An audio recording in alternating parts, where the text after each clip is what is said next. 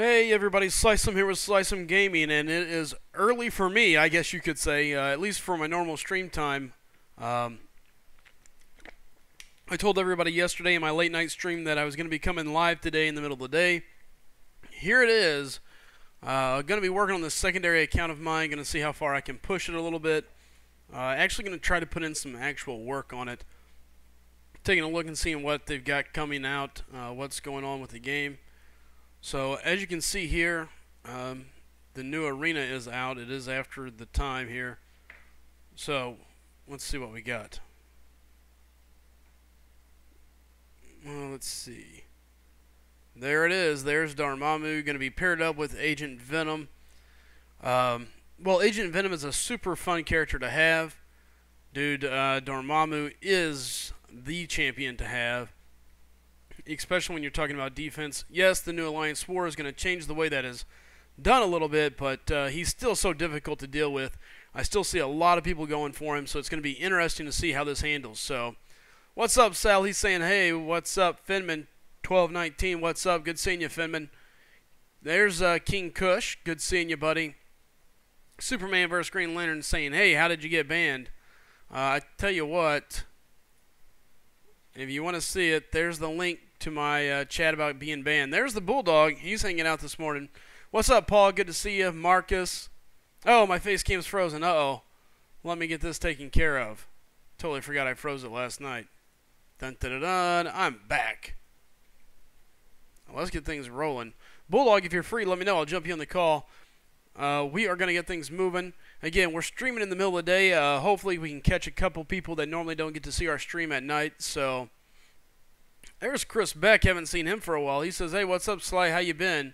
I'll be watching while I grind for Dorm. I don't blame you. Dormammu is going to be the ticket, fellas. Everybody's going to be going for him, I think. It's going to be a pretty interesting one. I can't get in the pool with my main account, so I will be getting in the pool with this account nonetheless, even if it takes me a little while. I'm not a fan of it, but I'll be happy to help it out. So, Kevin says, not first, but do I earn a participation award? Hey, you're here, so we'll count it. Sal says, don't you dare call me Sally again. I think I said Sal. I think. And if not, I kind of like it. Oh, yeah, I've got auto fight on. Let's see. King saying 969, looking good, buddy. Yeah, we are pushing that direction. We're getting close to that 1,000 marker. Again, doesn't matter. Super Chat's still active. It's still out there rolling around. So, you know, that was my main goal for getting there. At this point now, it's just growth.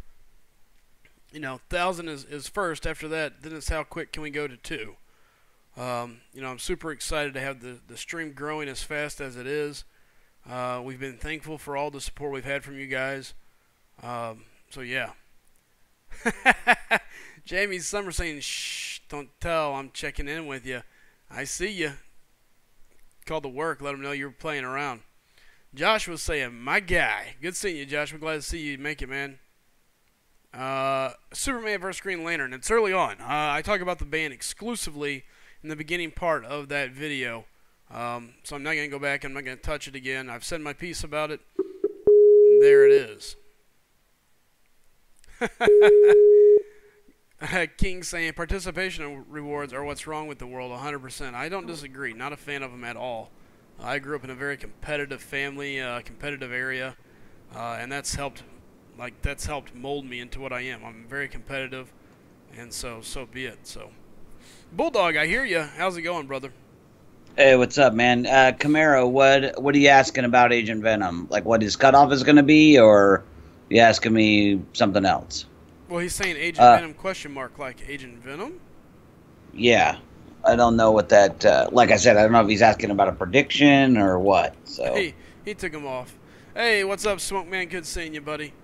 And again, we're just kind of auto-fighting our way through this lovely deal. Nerdliest just went up, too. Oh, yeah? Yeah, weird timing. Agent Venom cutoff. I don't really know. He's the featured, right? Yep. With Dormammu, I'm gonna guess Agent Venom's gonna be really low. Probably in the neighborhood of It's going to be lower than Dormammu, I think. I think it's going to be like 5.8 to 6.2, somewhere in that range. There's going to be a lot of people going for Dormammu. Hey, take care, Jamie. Thanks for stopping in and checking us out. Do I get the fame for making the world the participation rewards? Am I right? Yeah, no. But I like where your head's at. Yeah, King. Yeah. Me and Bulldog are both not going for Dormammu. Yeah, that is an easy guess. Yes. Hey, what's up, Wolf? Wolf saying, hey, fellas. What's up, Wolf of Wall Street? Good seeing you, man. And again, guys, listen. Do us a favor. Make sure you let everybody know that we're live, that we're hanging out. I know we normally don't go at this time, but again, and this is all about us trying to get a whole different group of people getting a chance to see us, so we can continue to grow the stream, the channel, and hopefully bring you guys more and more exciting content all the time. Paul's saying he's just been made officer in his alliance, going really well. Dude, that's awesome. Super excited to hear that, man. Always a fun thing to get moved up and be seen and appreciated for your efforts. So congratulations. There's Keith. What's up, Keith? Hey, what's up? Yeah, it's not just Keith. It's Keith. Win it. What's up, Keith? How you doing? You got to do it like that. That's the rule. Oh, I see. I'll work on it. Just like Pillow Guns is brought to you by iMac. Keith Win It is Keith. Win it. Nice. Smoke Man saying, dang, King. Yeah. King knew. King was shots fired.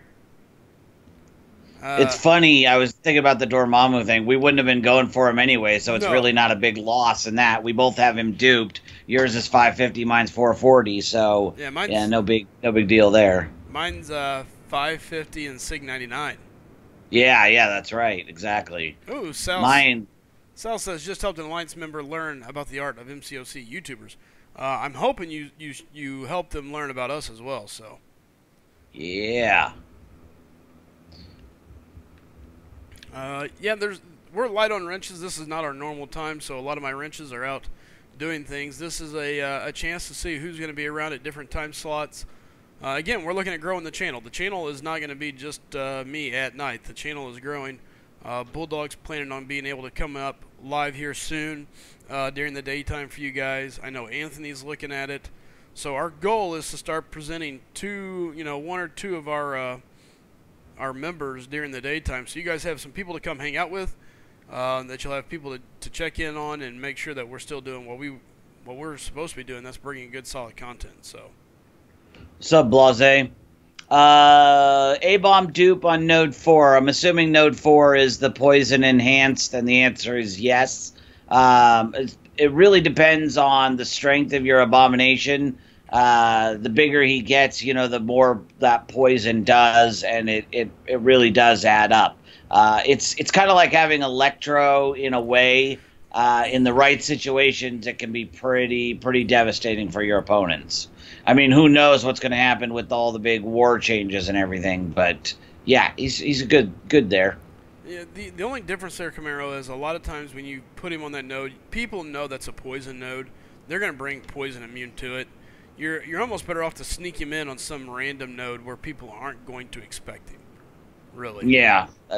I mean, not everybody brings poison immune to war. I mean, I don't, because but I would definitely take Black Widow on that node, which is going to have the same effect. She's going to, pretty much nullify that because she's going to get the 85% ability reduction. So, Sly's got a pretty solid point there that, most people are going to be expecting it. He's the only champ that really consistently does poison. So and the other one, like Ant-Man is also science. So anybody that's bringing a Crossbones or a Black Widow for ability reduction is going to be prepared for that to happen there.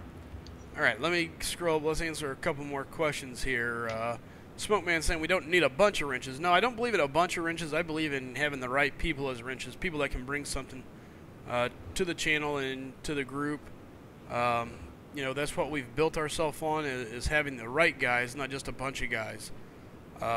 So I am picky about things like that, and I always go over it with my crew before we add another wrench.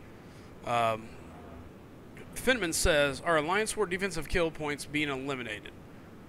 If so, is it more important to put all resources into attack team now? Well, first off, it's always been attack first, defense second. so that doesn't change. Yeah. Defensive kill points are being eliminated. We talked about this, in last night's stream, the changes that are coming. But yes, Alliance defensive kills are no longer going to matter. To me, it's going to be more so about protecting those mini bosses. There's going to be 5 mini bosses along with 1 major boss, so it's going to be a whole different ball game, and we don't know yet. We don't know what it's going to mean or how it's going to play, so it's really hard for us to speculate until they give us any more information. So, and by the way, what's up, Blaze? Good seeing you. Paul saying, what's the cutoff for Dormammu, guys? Man, I think it's going to be high. I don't even want to try to guess because my problem is I'm not one to build the score up, but I think he's going to go above 6. No doubt about it. Let's see. Sal said he got a Doc Voodoo yesterday. So stoked. I don't blame you. Marcus Rice says SlycemGaming needs Keith. Then it will be unstoppable.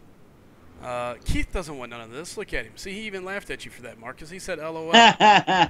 Keith's doing just fine by himself. He doesn't need us.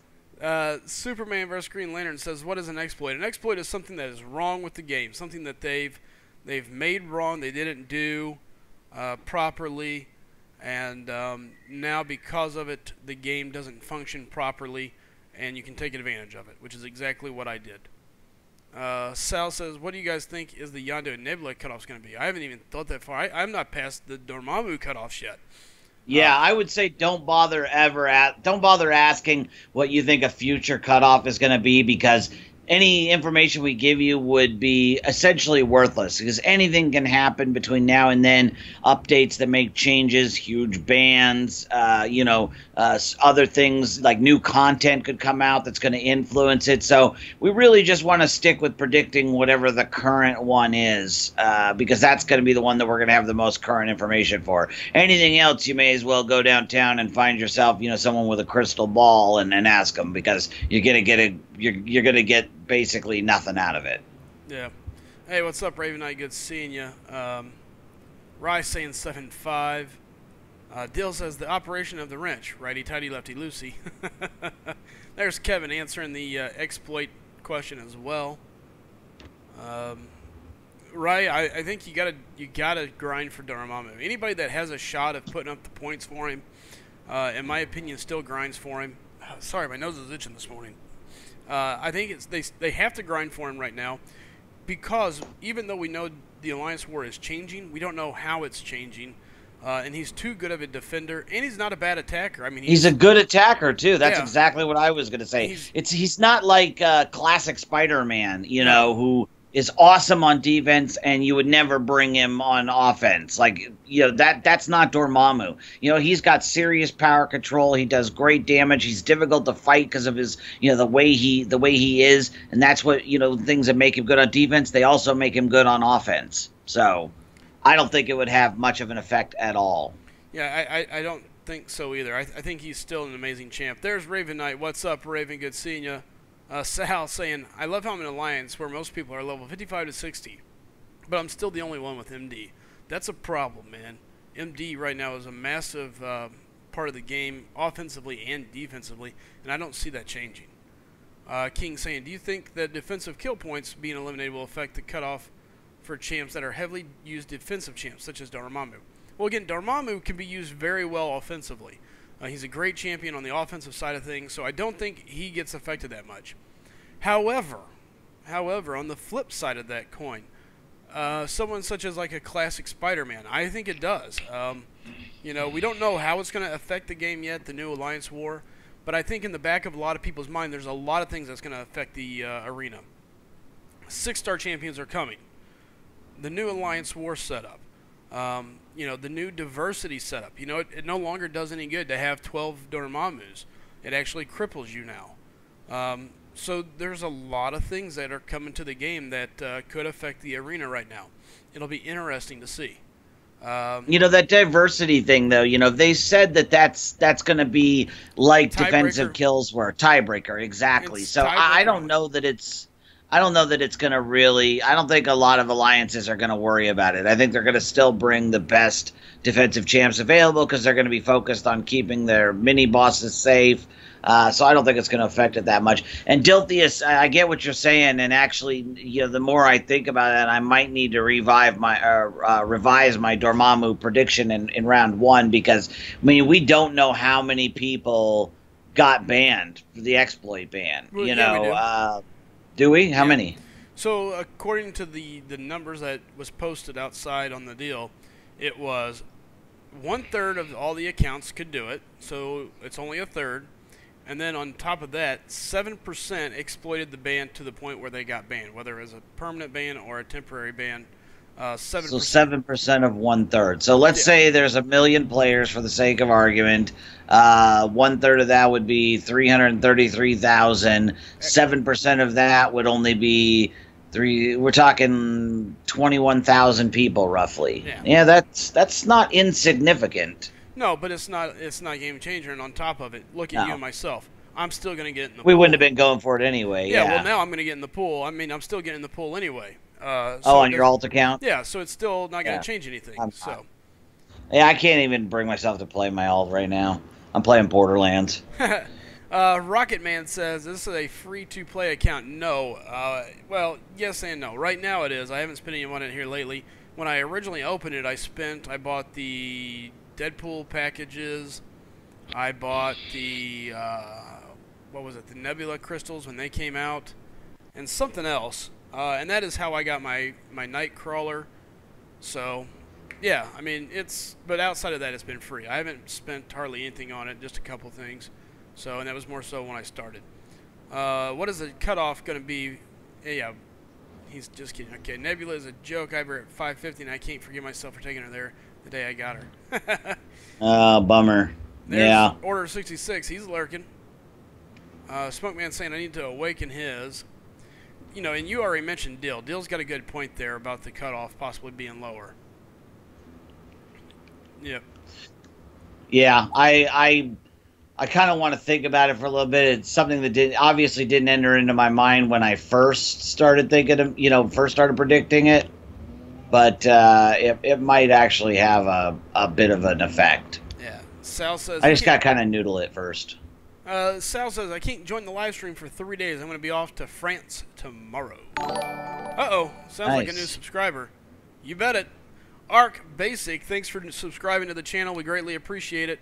What's up? There he is in the chat saying, hey, man, hey, I'm scrolling down to you. Again, guys, I'm very picky about making sure as many people get answered as possible. You've got myself and Bulldog on the chat. We're going to be answering questions. I've got some guys that are loyal watchers of ours that are also out in the chat. They'll be answering questions. Trust my crew. They're good to answer. I'll try to make sure you get your name popped up on the screen, and we answer anything that comes up. So, Finman said the exploit was worth the risk of 7 days if caught. Small vacation.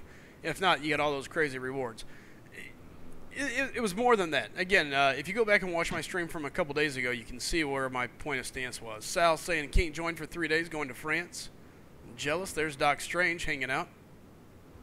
Alex42 saying, what's the cutoff for Dorm? My original prediction was about 6'8", right around 6'8". I'm going to say, I'm going to give it a window right now until I have a chance to really firm it up. But I'm going to say it's not going to go under 6. I don't think that's going to change. I'm thinking about 6'4". That 6'4", 6'5" is where I'm leaning right now. Sure.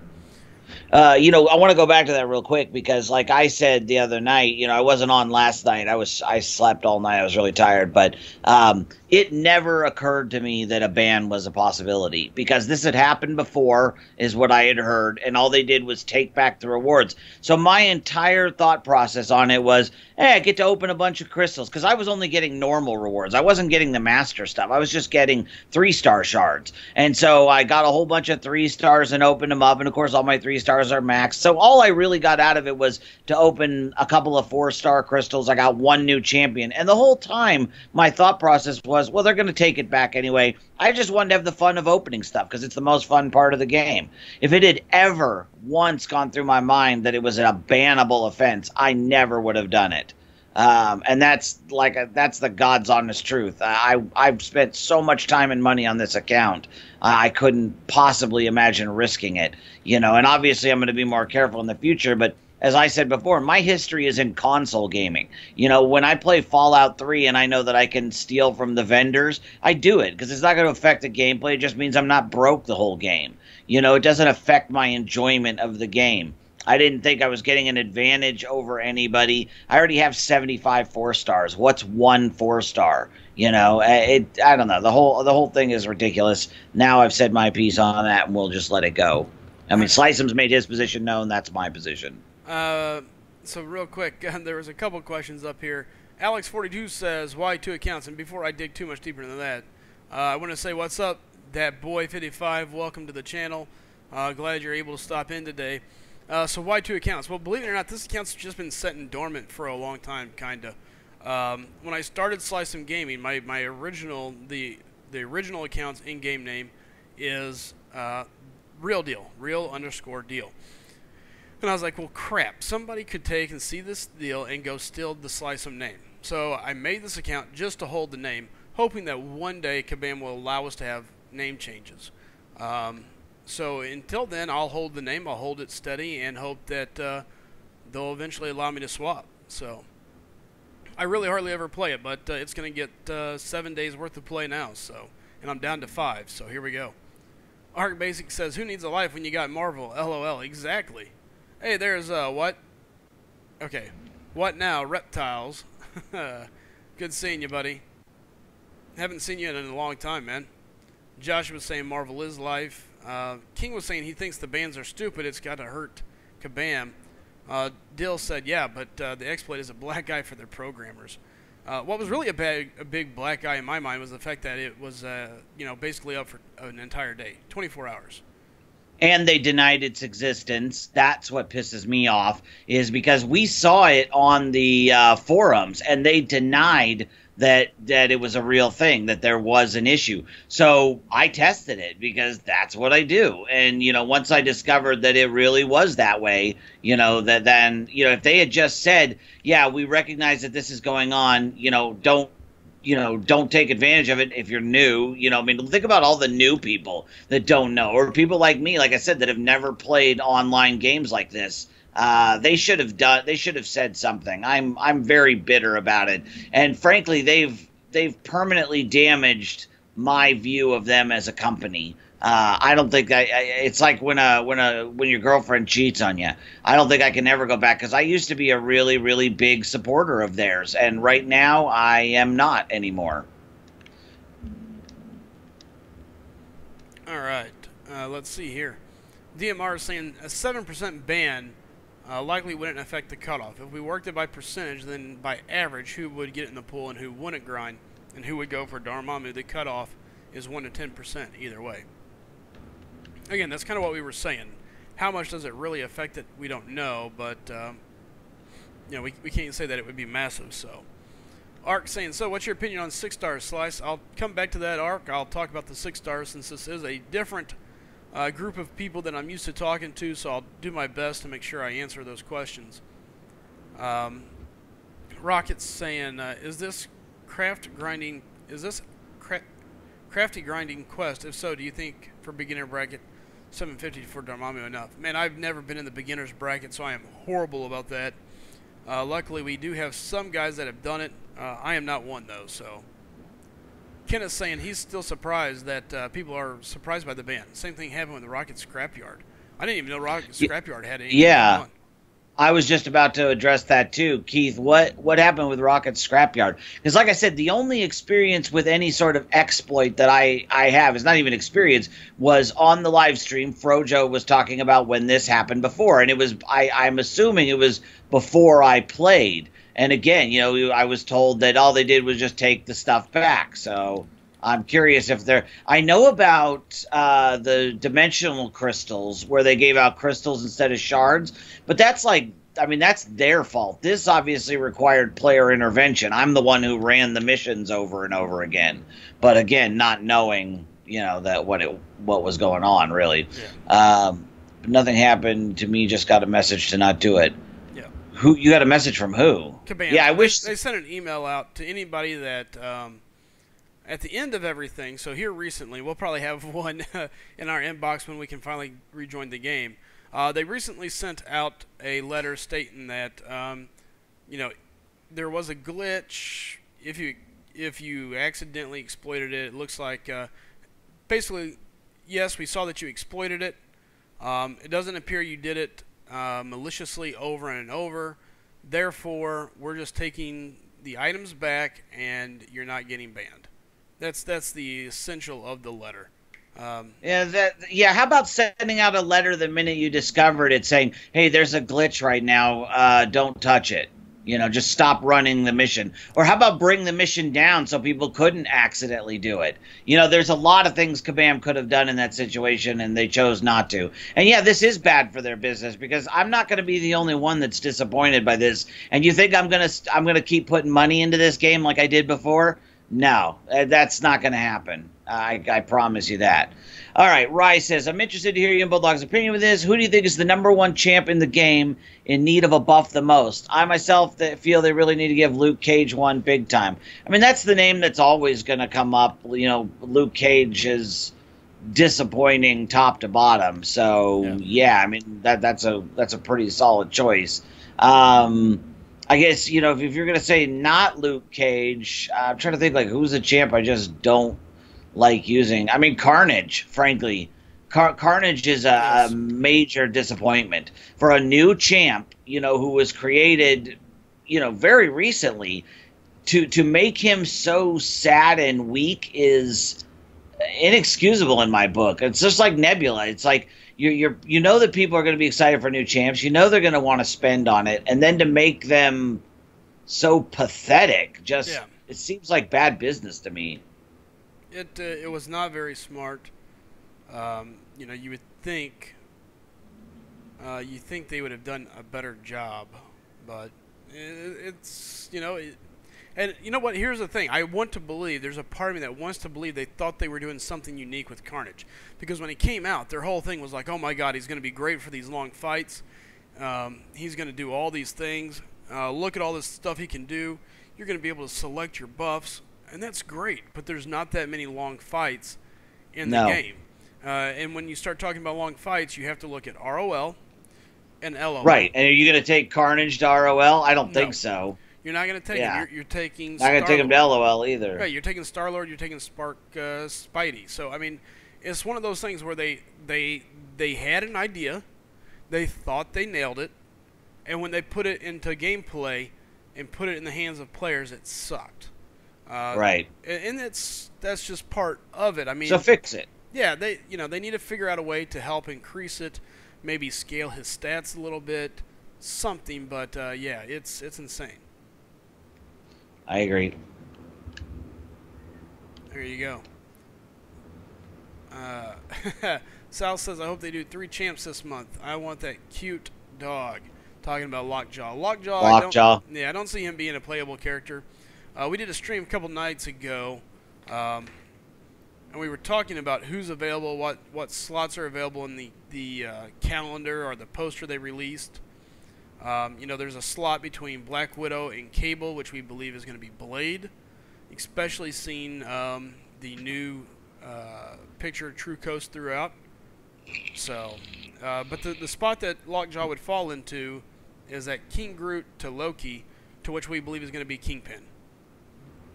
So, unless they make Kingpin unplayable and make Lockjaw and sneak him in, which they could do, and if they do it, I would give them a high five for being sneaky. That'd be the first time I would think they did something interesting and neat like that, to be devious and yet win us over by being devious. Mm-hmm. So Deadpool X-Force is another one. Yeah, it makes no sense that, OG Deadpool has that awesome regen and Deadpool X-Force has that pathetic, he is just not a good champion top to bottom, frankly. You know, the single bleed that doesn't stack, that's very weak. Hey, I got to take this call. Nope, you're fine, man. Not a problem. Sal says, Kabam boycott. Am I right? Yeah, I'm out on that, man. I want to believe that they want to do right. They just don't know yet. They just don't know. And if nothing else, I hope that they figure it out. I really want to believe that. There's Max saying, hey guys, sup, how y'all doing? Bulldog, Sly, Tony, Chit, if anyone else around. Yeah, so right now it's just me and Bulldog here hanging out doing what we do. Talking about MCOC while I play my secondary account, as I did receive a 7-day ban for exploiting the glitch that came with the new event quest. Yep, I was in the top 7%. Sal says, I'd try to get Lockjaw as a 5-star if Kabam would be nice. Yeah, he would be cool to see, so.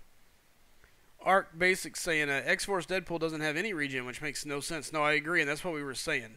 How do you have a Deadpool that doesn't have a regen? He's got to have it. Max saying, fingers crossed for a 4-star Nebula. Else got to live with that 3-star exactly. DMR saying, SlycemGaming, what if Kingpin has Lockjaw in his special 3 like Groot and Rocket? Buff Voltrash, Carbage, and Gambit, Carnage, and Vulture. Yeah, they could all use a little help. You know, just a little bit of tweak would probably help them. Smoover86 says, why boycott again? Again, I'm not pushing a boycott. I think everything is going all right. I just think they need to pay attention to some stuff, and they need to pay attention to how they take care of their clients. You know, my whole deal here is they need to do a better job of taking care of us when they make mistakes. Look, I made a mistake. I exploited the game. I did it on purpose. That's my mistake. Their mistake is they don't take any responsibility for theirs. I'll own up to mine all day long. I just want them to own up when they do theirs. You know, especially when we've got glitches that have existed for months and months. You know, it's like the one time something benefits the players. And the thing is, it's not like they're incapable of taking it back, because they did that as well. You know, but punishing us, especially after it happened before and they didn't, sends a really, really bad message. You know, like I said, I was the biggest supporter of Kabam, and I always have been. I've always backed him. But now, if somebody were to ask me, like, you know, should I put some money into this game? I'd say, well, you know, you might want to think about that, because you have literally no rights, and they can literally ban you at any time for any reason. You know, and I realize that's always been the case, but yeah, that makes me a little sketchy going forward. X-Full Deadpool is the merc with a mouth before the experiment that gave him the Wolverine healing factor. So, yeah, you would think, if anything, OG Deadpool would be the one, or X-Force Deadpool would be the one with the good healing factor, because we know, story-wise, that's later in his life than, you know, when he first appeared. Yeah. 6Z didn't refresh his browser. He was watching the stream from last night going back. And he's like, wait a minute, why is everybody talking? What's going on? Yeah, we're here, buddy. Do us a favor, hit that like button. If you're new here, even better, hit that subscribe button. We're pushing to 1,000. We broke it once before by a issue with YouTube. So Super Chat is active. Feel free. Again, we do run so any of those that don't know, that's part of this daytime watching crowd, if you'll notice on the top of the stream, I have a weekly leaderboard. That is for donations. Whoever donates, their name goes on that leaderboard. Then you'll notice there's last week's top supporter. That is the person who donated the most the previous week. They also get to pick out one game to stream a week. So, for example, tonight I will be streaming Elder Scrolls Online from the PS4. So tonight I'll have my PS4 down here. I'm going to be capturing it, streaming it, while I play Elder Scrolls, since that is what Last Spartan chose, and he was last week's top supporter. There's our PayPal, so you can send it straight to us, or you can use the Super Chat, either one. We make sure your name pops up on the screen either way. And then we also have the top supporter of the day. So, again, that's what we got going on for those of you during the day. Also, anytime you subscribe, your name's going to pop up on the screen as well, so we greatly appreciate all the support we can get. Lucky says, to be honest, I think people who did the glitch over and over deserve to be banned. Might just be me, who thinks that, but oh well. No, I don't disagree. I'm not saying that you don't, that I didn't deserve to be banned, man. I can't say that I dropped any money to exploit the deal, but anytime I had energy, I was going at it. I attacked it, and I don't regret it. So, with that being said, I don't disagree. The issue that I have is how Kabam handles things. And again, there's my stream. There's the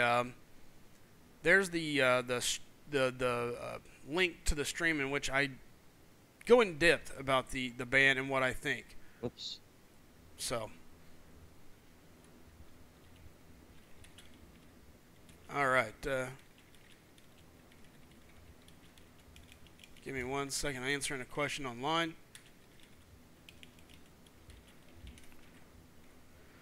All right, there you go.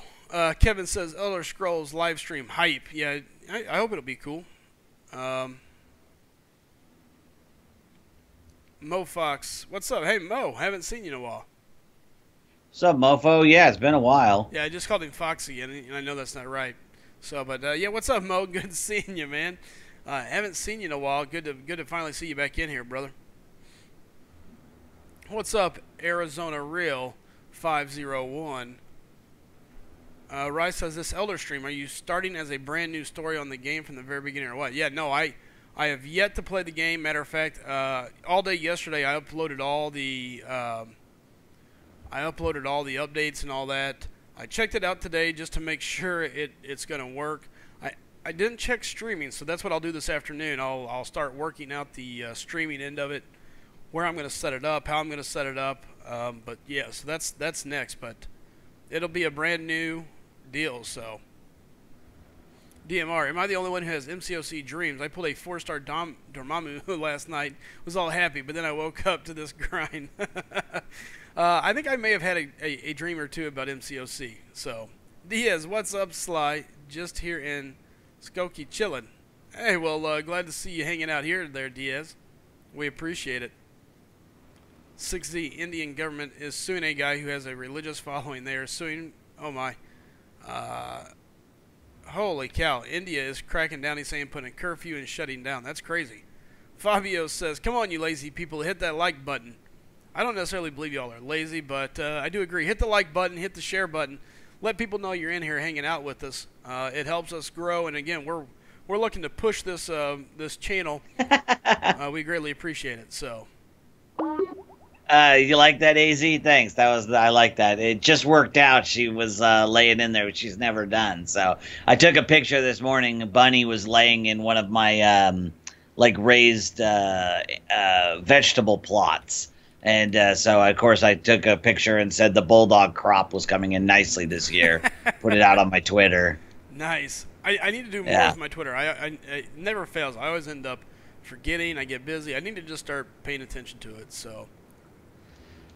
Yeah, I was gonna yesterday, and I just didn't feel like it. I don't know. I haven't felt like doing much. This ban has got me depressed, frankly. Because you could think whatever you want, but like I said, I literally did not think about that it would even be an issue, and I'm just bummed. And so I'm having a hard time getting motivated to do anything. I'm farting around, but I spent most of yesterday just doing nothing. So, right. Sorry. All right, so I've got a couple things to do. I'm going to bring a guest in on the call.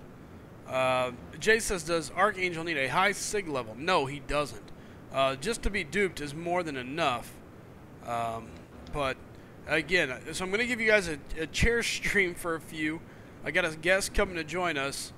What's up, Nicole? Yep, Nicole's here. Ark saying he can't stand Twitter.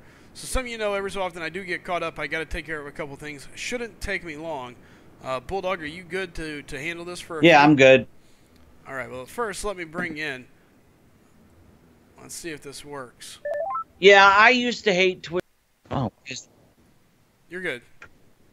Now I see a picture on somebody's face on my... Yeah, we're bringing in Clay, who's been a longtime supporter of the channel, Clay Wiki.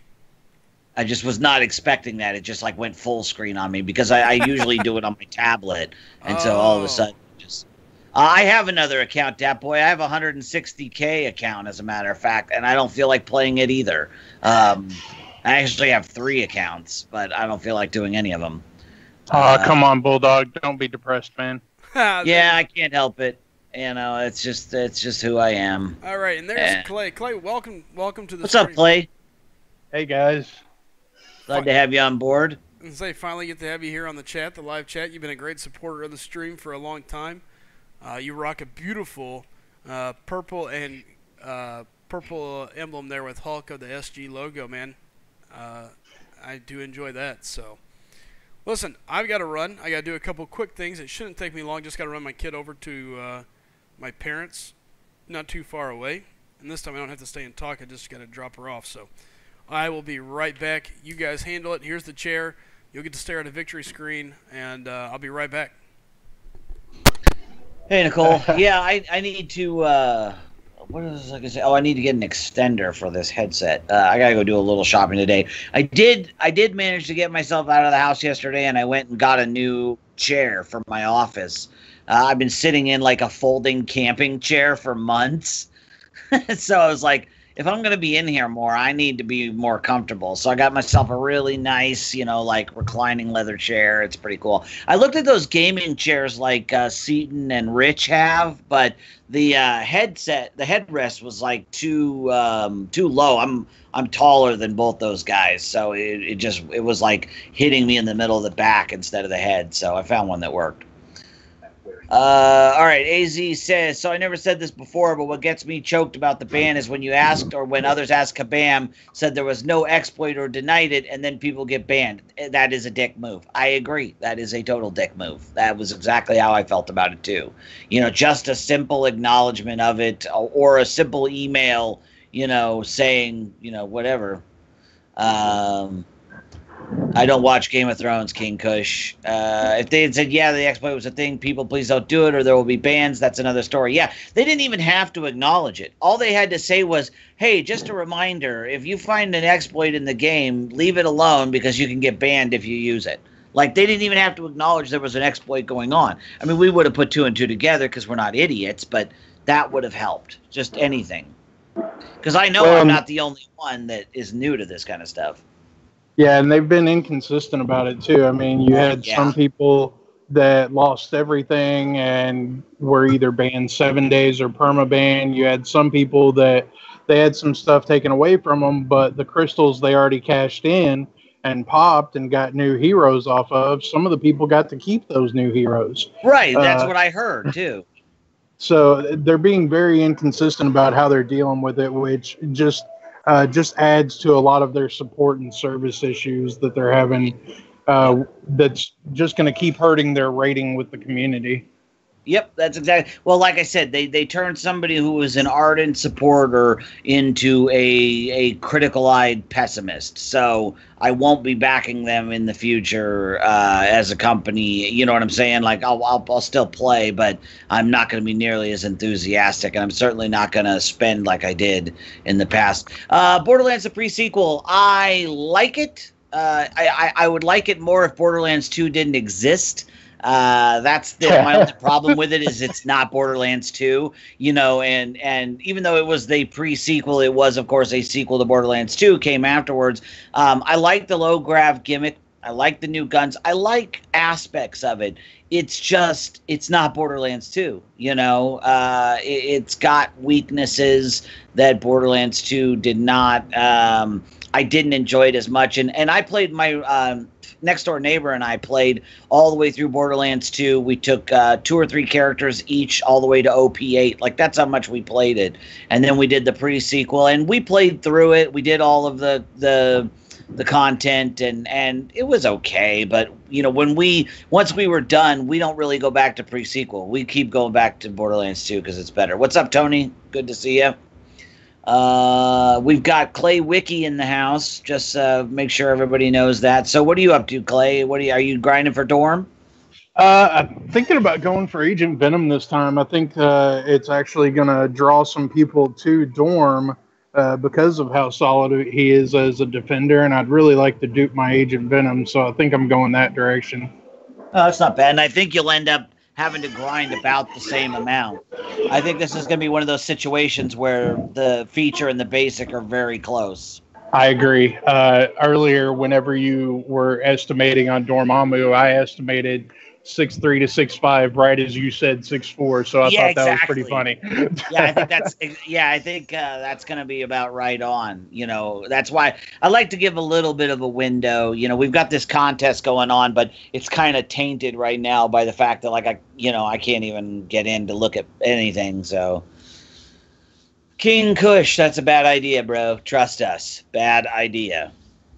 Has anybody else tried out Marvel Heroes Omega when you're not in the contest?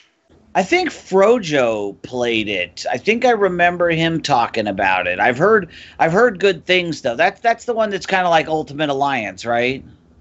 I believe so. It seems it's kind of a top-down view, and you run around and just. I've been using Hulk. Ultimate Alliance.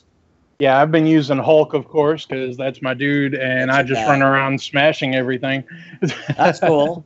Nicole, I play Borderlands. I mean, Borderlands, I don't play it online, but I have the capability, if anybody is a friend of mine on the PlayStation, they can come into my game, anytime. So if anybody out there is a big-time Borderlands 2 or pre-sequel player, especially since I had to start from scratch because all my save files were I never uploaded my characters for Borderlands 2, so I could use some money and some stuff or somebody to power level me.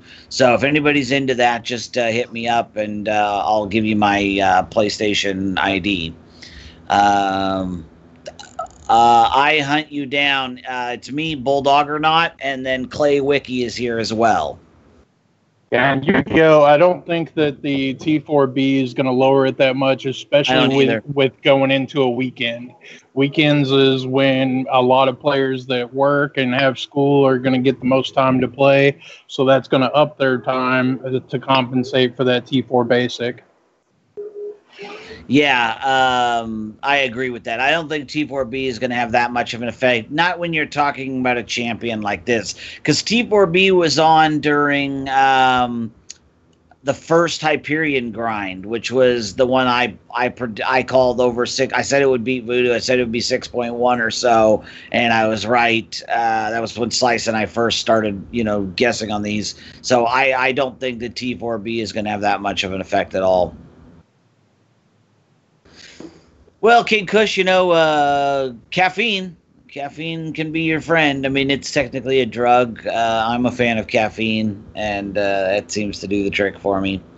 But definitely, I don't think it's worth doing anything else. That's for sure. I'm definitely a caffeine addict. Yeah. I'm not really. I quit drinking soda about a month and a half ago. I still drink like the 0-calorie Monster sometime, but I was a real Pepsi fanatic. I was drinking 150, 160 ounces of Pepsi every day, and so I finally quit that. So I get my caffeine. I just take a tablet if I don't get myself a 0-cal Monster, because I don't want to drink those too often either. The Dormammu, right now, the consensus, Clay and I both think it'll be about 6.4. Slycem thinks it'll be lower. I think he's calling 5.8. But I think 6.4. Can you guys hear me? Yep. Awesome. I am in my vehicle running my kid, and I said, you know what? Thank goodness to technology, I can still join the call. For those of you that are watching, I'm here, but I'm not here all in one. You're getting to watch the chair. People beg for a chair stream all the time while you're getting it full on. There is the chair. I'm not near the chair. It's holding down the fort while we stare at, hopefully, a victory screen. I should have won that last fight, I believe. So, actually, it's kind of frozen on your face and just a picture of the map with Spider-Man talking. Oh, not for me. I have the chair and the victory screen. I think yours froze a little early, Clay, is what happened. Oh, there we go. If you refresh it, you should see. Hey, King Kush, are you in the medical field? Is that why you're working 14-hour shifts? I'm kind of curious now. No, he's a network admin for Google. Oh, really? Engineer. Oh, wow. Ouch. Yeah, I can see that. Ark, Borderlands, 2 is totally awesome. I'm a huge Fallout fan too. That's one of those are my 3 favorite franchises: BioShock, Borderlands, Fallout. I almost picked up Fallout 4 yesterday, almost, because I found it for $20. But then I saw that my birthday is when they're releasing the Fallout Game of the Year collection. And I'm not allowed to buy myself anything for a month before my birthday. So starting August 26th, I literally am not allowed to buy things for myself. Because I have a bad habit of ruining birthday presents. A very bad habit. Because I'm a very simple guy, and I have a few things that I really, really like. I have one author that I love. I have a couple of video game franchises that I really love. So my family all knows the things that I'm going to want.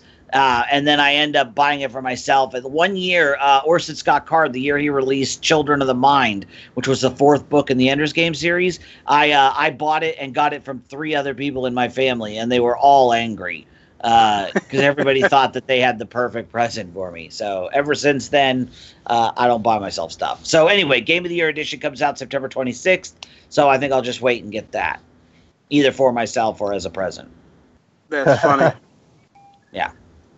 Caleb, we speculated it's not going to have too much of a huge effect. I'm assuming talking about the ban you're going to have cut off. Yeah. Yep, exactly. No, I've not played Planescape Torment. Doesn't really look like my thing. Hey, what's up, Paul? How you doing, man? Paul Lindho, another fellow Team Awesome player. Glad to have you in here.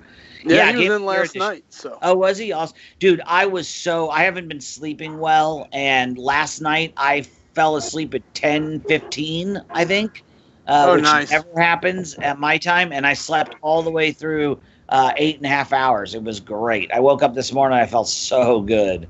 That's always a good thing. So yeah, I'll definitely stream Fallout when I get once I pick it up. Can't find Borderlands, Fallout 4. Yeah, it seems to me that players either like all of those. Like, I've never met anybody that's like, dude, Fallout is awesome, but Borderlands is a piece of crap. Or you know what I mean? Everybody who likes one likes the others. Or they're like sports players or they're Call of Duty players. That seems to be the 3 types of players. Yeah, or you run into that rare guy that kind of just enjoys them all for the most part. So. What's that? Somebody's got some real background noise there. Clay? Let me check. It's not here. My car is silent. No, it's right not now. you. It's on Clay's end. I know because I heard it when he came in too. How about now? Something. There you go. Yeah, you're Much clear. better. So Clay, this is your first time ever to be on the call with us. Not the most ideal thing here is again I'm making a run, taking my daughter over to my parents, but. Look, we always try to bring guys in and give them a chance to hang out on the call with us, especially guys that have supported our stream. You've been here for us. You help out. So let me ask, what's been some of your favorite things that you've seen from our stream? Some things that you like that we can continue to build on, and what is there that we need to do that we can improve on maybe, or something? Any ideas for us? Well, I think honestly, the thing that really has drawn in viewers for you and kind of sets you apart is just the interaction, as well as kind of the podcast type atmosphere where you're taking questions. You've got a panel of folks that are discussing things, and I think that's really what's been, I guess, your market building piece. And I'd say as long as you stick with that, you're gonna keep growing. I know earlier today I saw a question, I think right as you were leaving, asking what time you were planning on doing your streams later with regards to Elder Scrolls. And I think that's going to be another big piece that's going to be kind of neat to bring in other games into the mix to just kind of change things up a bit. Sure. Yeah, and this is something me and Bulldog and many of my team members have talked about. It's SlycemGaming where we're all about games. It doesn't have to be MCOC. I mean, MCOC is what's brought the team together, but it's not the only thing that we do. We got a lot of really good gamers, guys that play a lot of different range of games. And so as we continue to build the stream, we've built this off of an MCOC background and backbone. But now we're getting ready to see it expand, and as we grow, we're going to be having those roles. People are all the time asking, well, what about this and what about that? That's something that you guys are going to get to see. And, we normally don't stream during the day, and I'm hoping by streaming here, yeah, you guys are going to have to watch a chair stream for a few. Normally I try to be there. I try to be playing a little bit and give you some content. But, at the end of the day, this is what we are. We're a place where people can come in, they can hang out, chat, ask questions, let us know what's going on, and we build around that. The gameplay it's there to help ease the eyes, and sometimes it probably makes people want to poke their eyes out watching me play. But it's always something we try to do. So it's going to be interesting to see as we grow and go forward. Just how different it becomes, and as we expand, where it goes. So I'm looking forward to it, and I hope everybody else is as well. I think we got an interesting question here from Slyc. Oh, go ahead. Go ahead. No, go ahead. Oh, I had missed Blaze's. I was looking at 6Z's question. How did you come up with the name SlycemGaming? Well, my character names for gaming for quite some time has been Slycem. And so I'm sitting here trying to decide what to call my YouTube channel. And at first I was just going to call it Slycem, Go to YouTube, look up Slycem, you'll find me. And I was like, how boring is that? Yeah. Oh, my kid's yelling at me. That's a bad idea. See, she even knows it's a bad idea. I was like, come look at Slycem. Yeah, I didn't like it, so I decided to go with SlycemGaming. And a large chunk of it is because it's more than just me. It's a group of guys playing the game and playing multiple games as we continue to move forward. So that's kind of where it fell to. Now, is Slycem as in slice 'em and dice 'em? Is that where you got that? Yes and no. So the name Slycem started out, I got it. It started on WoW, World of Warcraft. I was just getting started. I was getting ready to play a Death Knight. He wields an axe when you start, or dual swords. And I was like, okay. And so all my names in my previous games have always included a Y. For whatever reasons, it was always had a Y in place of where an I would be, or in some way putting it in there. And so I was like, okay, well, what can I do that's like stupid, but it'll be different? And so I was like, oh, he's going to be slicing people up with these knives. We'll call him Slycem. And so that's where it started. And then I was going to make another character and go with Dicem. And actually, one of my friends was like, oh, cool, you're Slycem. I'll be Dicem. I was like, oh, that would be kind of cool. Yeah, sure.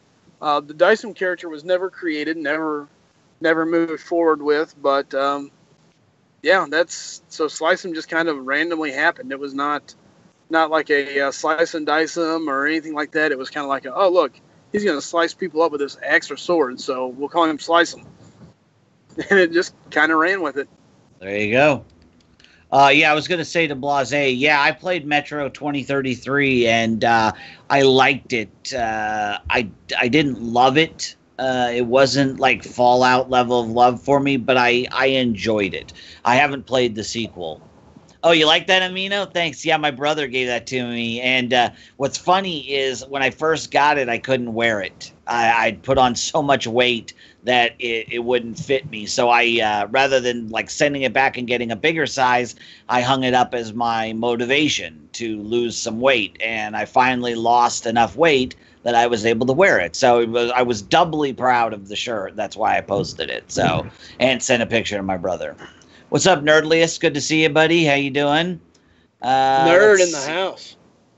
The race with Frojo is what initially brought Caleb to the stream. Awesome. And we're going to do more of that. Trust me. Slycem and I are going to race, and me and Frojo, however we can. Frojo just doesn't have the time right now. His IRL stuff is getting in the way. Well, we've got a lot of stuff coming. It's just a matter of having the time and the manpower to decide how we want to do it. But we've got quite a few videos that are going to be on the way. It's just a matter of getting down to the nitty gritty, getting the programs we need to every computer that we want, and having everybody having a chance to edit and get the stuff put together for some of our bigger ideas. So there's a lot of stuff out there in the works. Anthony says that if you need to, he can stream if you want to shut yours down. I did not play The Division, King. Ooh, The Division was a very good game. Loved The Division. My brother was a huge fan of Division. Oh, it was great. I had a squad of, because you run in squads of 4 on there. So we had a squad of 4, me and 3 of my buddies, and we had a good run with it. It was a lot of fun, a lot of great gameplay. So, Anthony, I would shut my stream down, except for the problem is there's no You're not home. way. Yeah, Yeah. No way for me to remotely shut my stream down.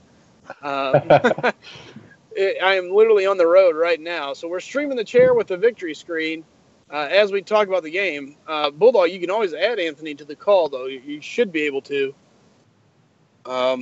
if he'd want to come on and join the chat. If you want to come on, Anthony, just let me know and I'll add you in.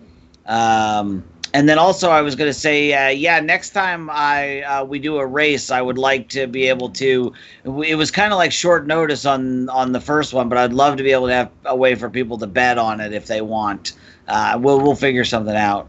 Well, and a large chunk of that was the pure fact that it was like, we're talking about it, screw it, let's do it. I mean, me and Frojo, we thought about it, we brought it up to the team.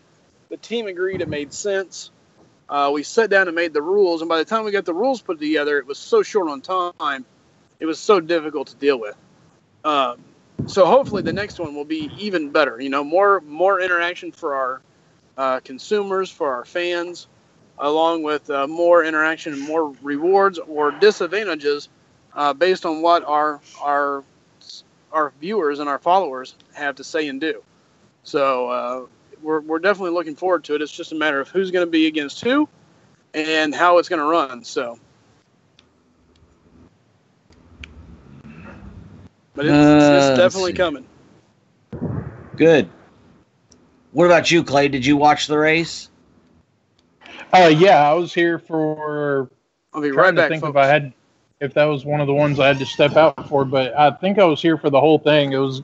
I loved the race. I like 6Z's idea of having like a 4-person race with like kind of a screen looking like almost like Mario Kart with everybody going. That would be kind of neat. Yeah, that's exactly what came into my mind too, was Mario Kart when he said that. Anthony is going to fire up Skype here in a minute, so we'll get Anthony in on the call. Paul says he'll be right back. Mino, I'm definitely going to check that Gifted series out. I think it's hard to tell if it's going to be worth it until we actually see it. I think it was the same thing with Legion. It could have went either way coming into it. There's promise, but the question is how will they fulfill that promise? Yeah, exactly.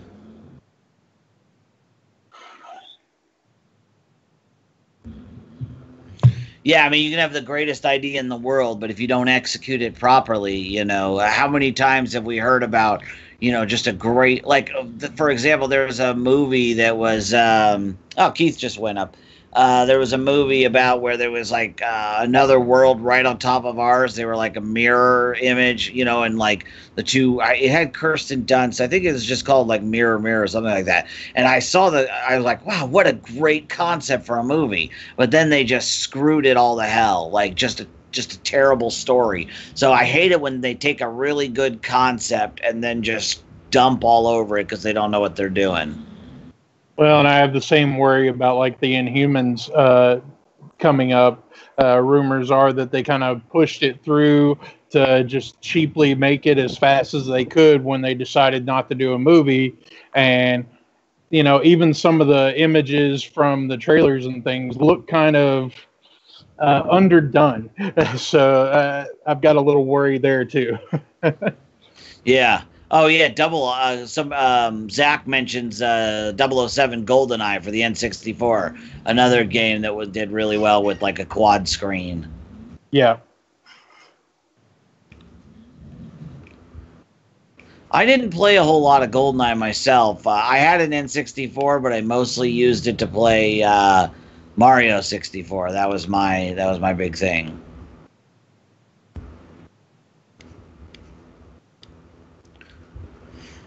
007. Let's see. Whether you want your... Oh, that's Nerdliest is having a conversation inside the chat. Nicole says that your PC makes Marvel vs. Capcom look different to the point you're getting. I understand because I have a tech to run. Okay, sorry. It's funny. Sometimes people have conversations inside the chat, and so I start reading it before I realize it's like a private, not private, but I hope Inhumans is good. I really hope they don't screw up Lockjaw because I love him, but I guess we shall see. Yeah, Amino, that's a perfect. And, Gifted is said to be a lot like Heroes, and Heroes was a show that did that. Heroes Season 1 was stellar. I enjoyed it so much. Siler and the cheerleader, Save the Cheerleader, like, it was so good.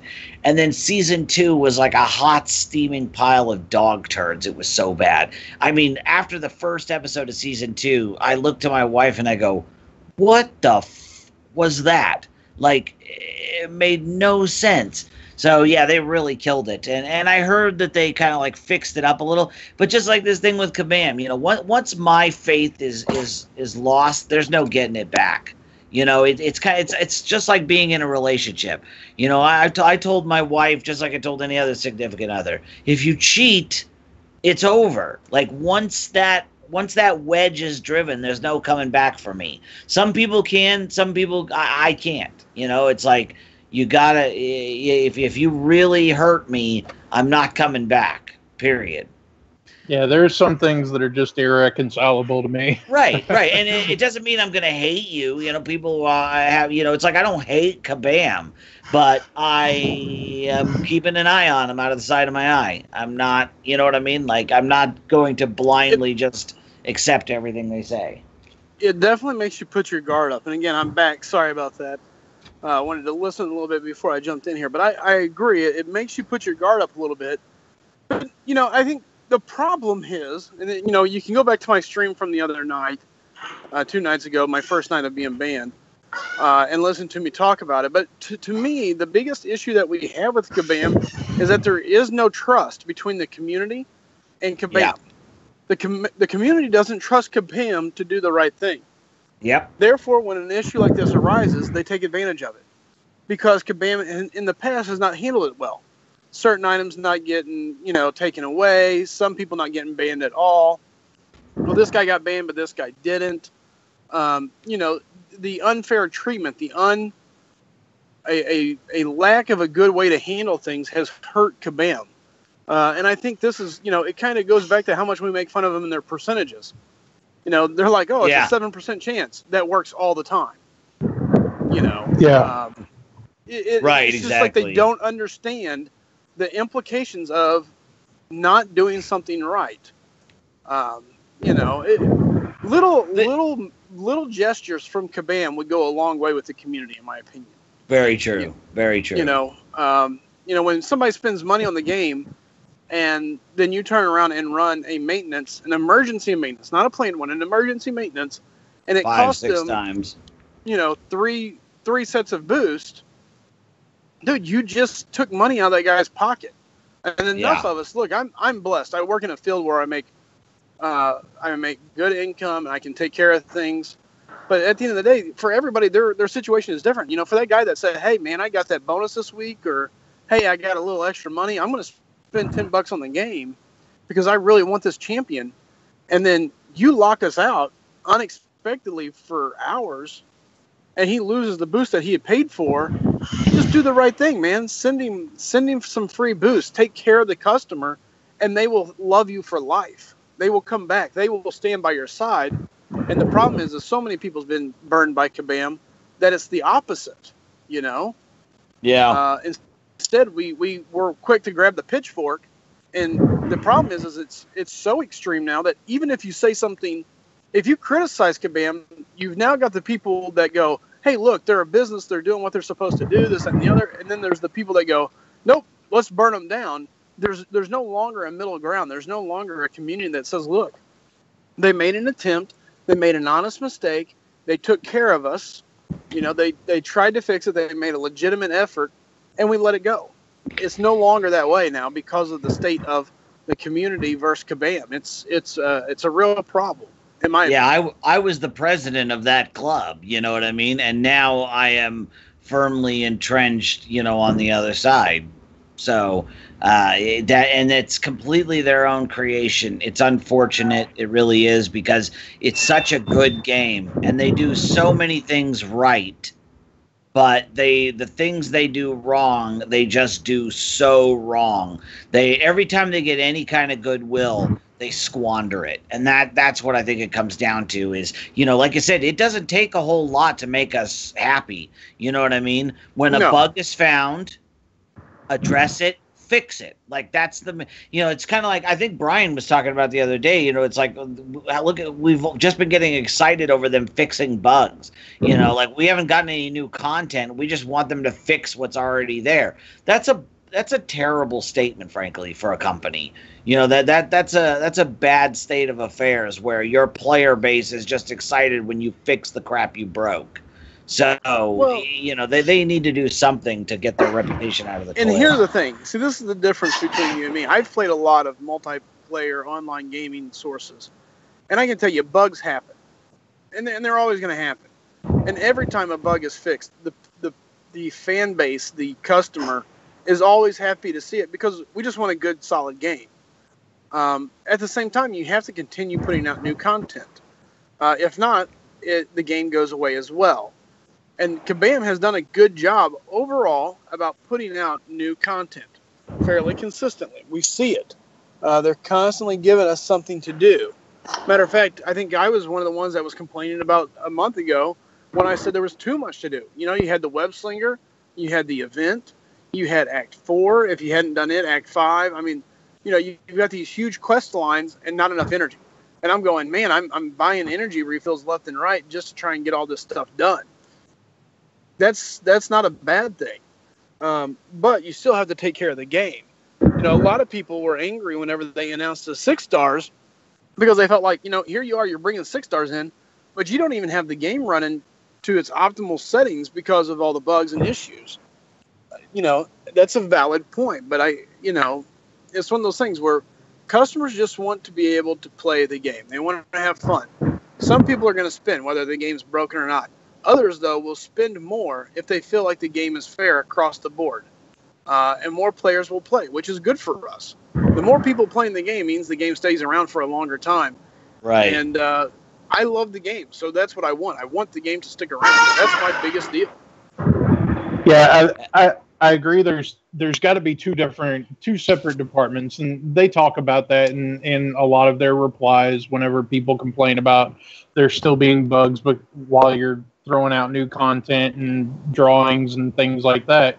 Yeah, there's two separate issues there, and I think they probably need to spend a little more, resources on the bug fixing side than they currently are, given how many bugs are still around months later. But I think also they've got this issue where, like you said, there's spenders that are always going to spend. They're always the whales, so to speak. But losing guys like Bulldog, like your middle ground guys that they spend some money here and there, but they aren't full on spending like crazy. Yeah, I'm not a whale. Yeah, those are the guys that they're losing from not providing support and service to a level where the customer feels like, hey, I matter. I matter. Damn, not you just nailed my it, wallet. Clay. I matter, not just my wallet. Yeah. Yep. Yeah, I feel like I sent them an email the day of the ban, where I just addressed, and I sent it to SlycM, so he knows exactly what I'm talking about. And they have yet to even respond, acknowledge that they got it. And that bothers me, you know what I mean? Because I would like someone to respond to me, and they don't. Sure. For a lot of people, just being recognized and being known that your opinion matters. Doesn't have to matter a lot. Just that it's being acknowledged goes a long way. Yep, exactly. So Amino asks, Sly, how do you think Kabam should compensate such mistakes? I mean, you obviously don't want your boost back. You want the champ that you were going for in the arena. I think what you should look at, there's a couple ways to do it. it's one thing if it's a minor maintenance and it lost a boost. To me, at that point, you quickly reward the boost right back, and you get the deal back up and going. Because here's the thing: a minor interrupt doesn't change the outcome that much. It's whenever the game goes down for hours at an end. Especially late at night. Well, I say it late at night for us. The other thing we have to remember is that this is a global game. We've got people in our channel right now from India, from Dubai, from all over, Australia. from the UK. So we are all in this together. Whenever I say it doesn't matter to me, it matters to them. Sleep patterns are different. So it's one of those things where I think the only way you can do it is you award the arena tokens back. If it's a minor maintenance, you give them the boost back, and you say, here you go, and you give them a refill. You give them something. Give them a chance to earn those points back. I'm not saying you give them a champ, but you give them a fair shot to make up what they lost. If the champ means enough, they're going to spend those boosts and those refills right back on that champion and have a shot to get him. If not, then that's on them. At some point it comes down to player responsibility. But I can tell you this: I can swallow player responsibility a lot better when there's a company responsibility as well. But when it's always the player's fault, that's when it becomes old. And that's what I feel is the big issue here, is that it's never Kabam's fault. It's always the player's fault. Well, you could have still done it. Yeah, you're right. Maybe I could have. But the fact is this: I just lost 3 big boosts, and I lost all those refills, or, not refills, but I lost that time. I'm not going to have the chance to do it. Whereas if it's situational where, okay, Kabam, as soon as the maintenance is back up, the boosts that have been expired, they turn around, they reward, and throw out a refill or two.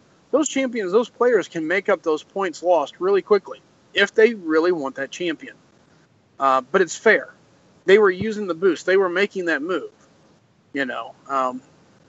That's just part of it. To me, overstepping and overgiving goes a long way. Now, here's the thing, too. You can't be to the point where you're giving out champs because it takes away the fairness of the grind. But I think you give them a legit shot to overcome the obstacle that was given to them by rewarding them the boost that they had purchased and giving them something a little extra. It doesn't have to be a lot, but it's better than a poke in the eye saying, "Well, you didn't get it. A large chunk of that could have been our fault. Shame on you." Because they never point the finger back at them. It's always shame on the player.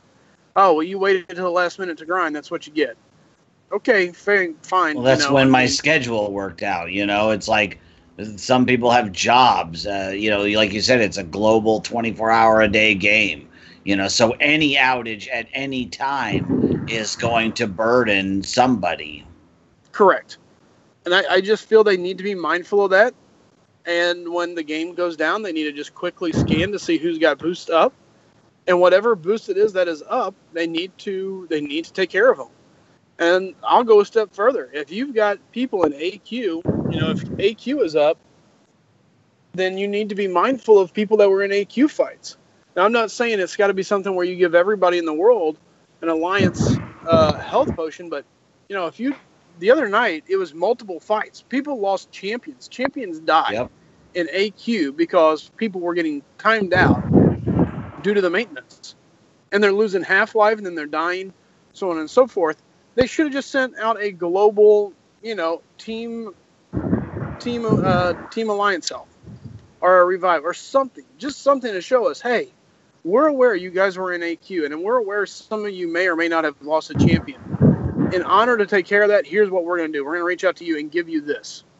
It's not a lot, but it's a token. It's a token of appreciation of saying, hey, we know we have problems inside our game. We know it's not perfect, but we appreciate you for sticking through this and playing. We appreciate you. That's all people want is appreciation. Yeah. They tend to be very, very arrogant about, I don't know. They tend to treat it like we're lucky to be here, and that's not the case. Well, Mike, push people enough, and they will leave. A little while back, we had the Voodoo issue for Android users, and I'm an Android user, and I was in multiple arenas, so I got, a week later, I got inundated with emails loaded with boosts and everything else from Kabam. I think they went a little overboard in how much they sent out, but then this time you have an issue that's impacting multiple phases of the game, and not just, even that impacted multiple phases, but all they worried about was Arena because Voodoo was such a big deal.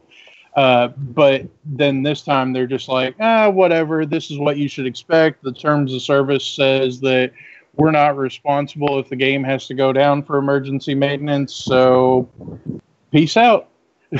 Yeah, but let me ask you this, Clay, because it affected you. When you got those boosts from Kabam for missing out on Voodoo or missing out on Arena time there, how did it feel? Was you like, who cares? Was it nice? Was it appreciative? I mean, you get what I'm saying? Like, how did it feel to get that email?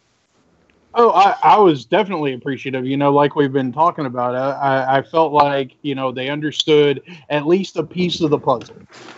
They understood the Arena piece. They heard people screaming, ouch, loud and clear, and so they responded.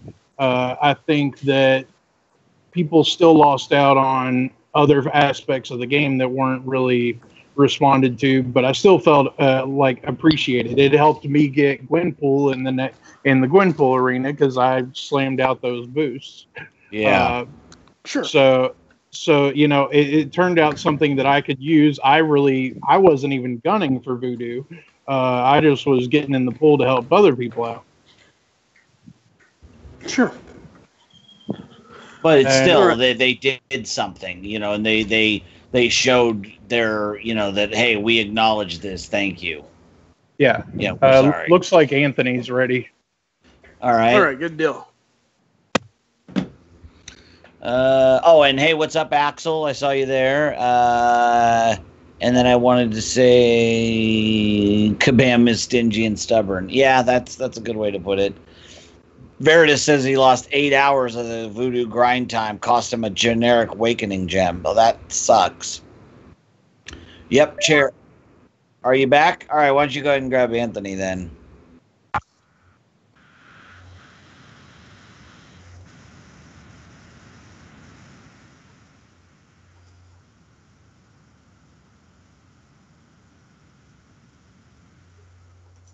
Yeah, I mean, they do a lot of things right. I just think that their community interaction needs a lot of work.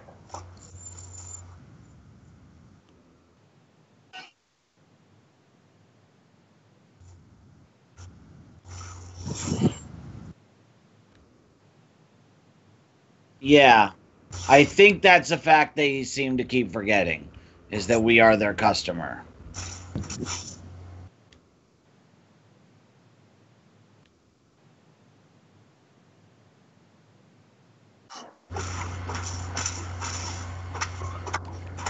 Good call there, Garland.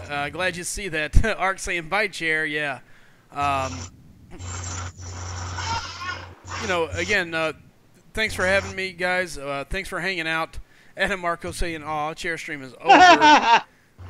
Buzzard 728 says, "Dude, the chair has some kind of growth attached to it." Yep.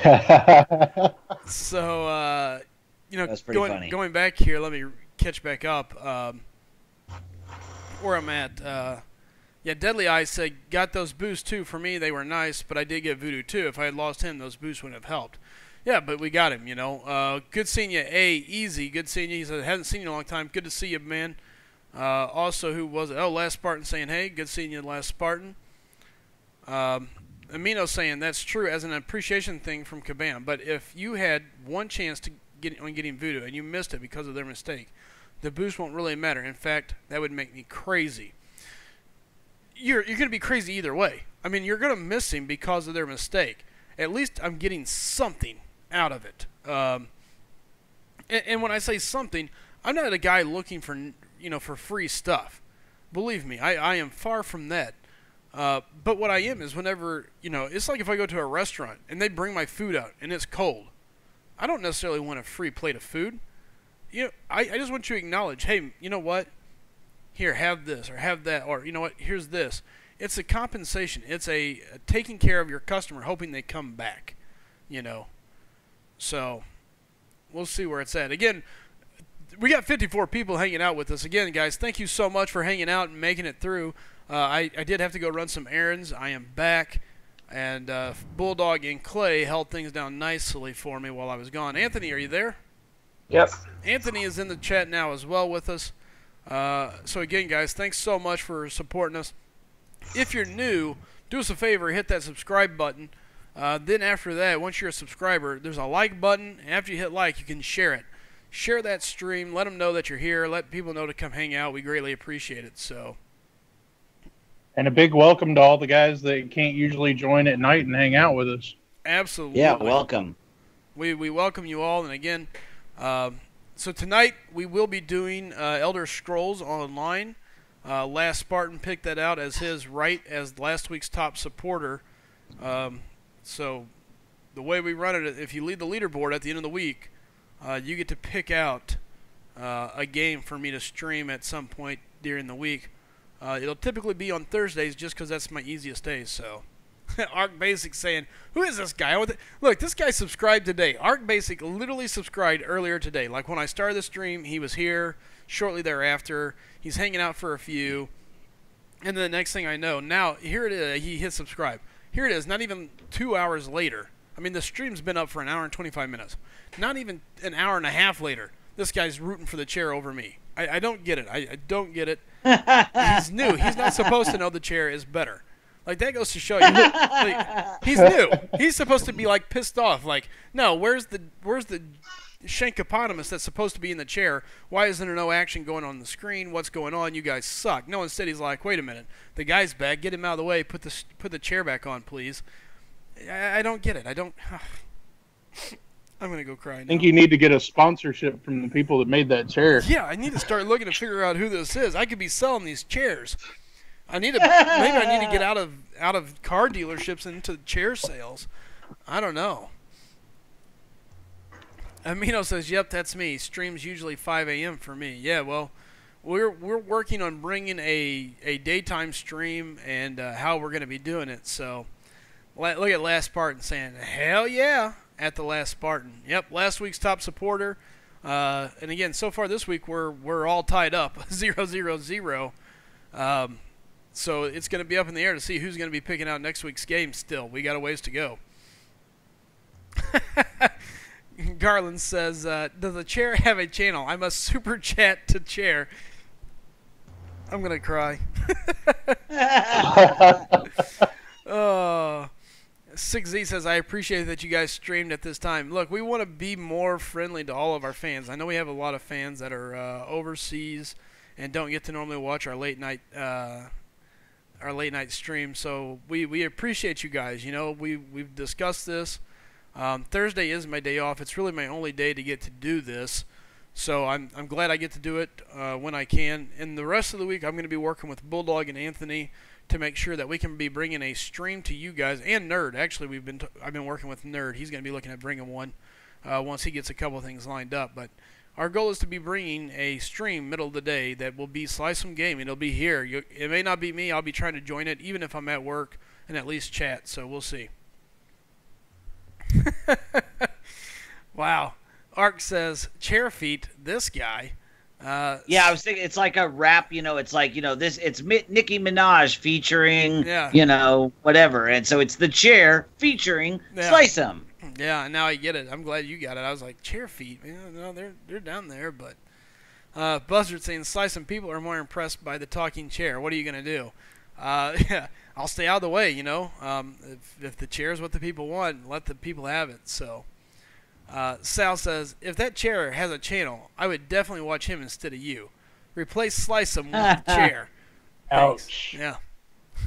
I feel the love, guys, just so you know. Anthony saying, Last Spartan, I heard back from Kabam and they're removing it from Hyperion and put it back in my items. Oh, good deal. Anthony got his got his Awakening gem back. Good deal. Oh, that's so cool. I'm so glad to hear that, bro. Now that's some service. I like that. Right, exactly. Because somebody was in the chat night before last who said the exact same thing happened to them, and Kabam basically told them to piss off. So Anthony. I was really worried for him. No, that was so the response that I got the first time was that after I did it, I had used him in Arena.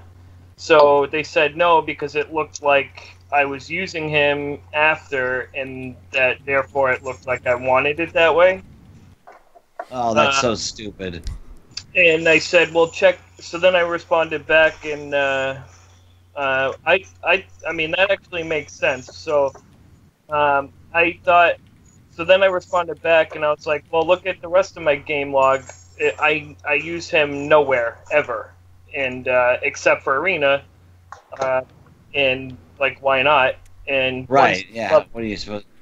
And my real point was my 1 sig level wasn't enough of a point boost to make it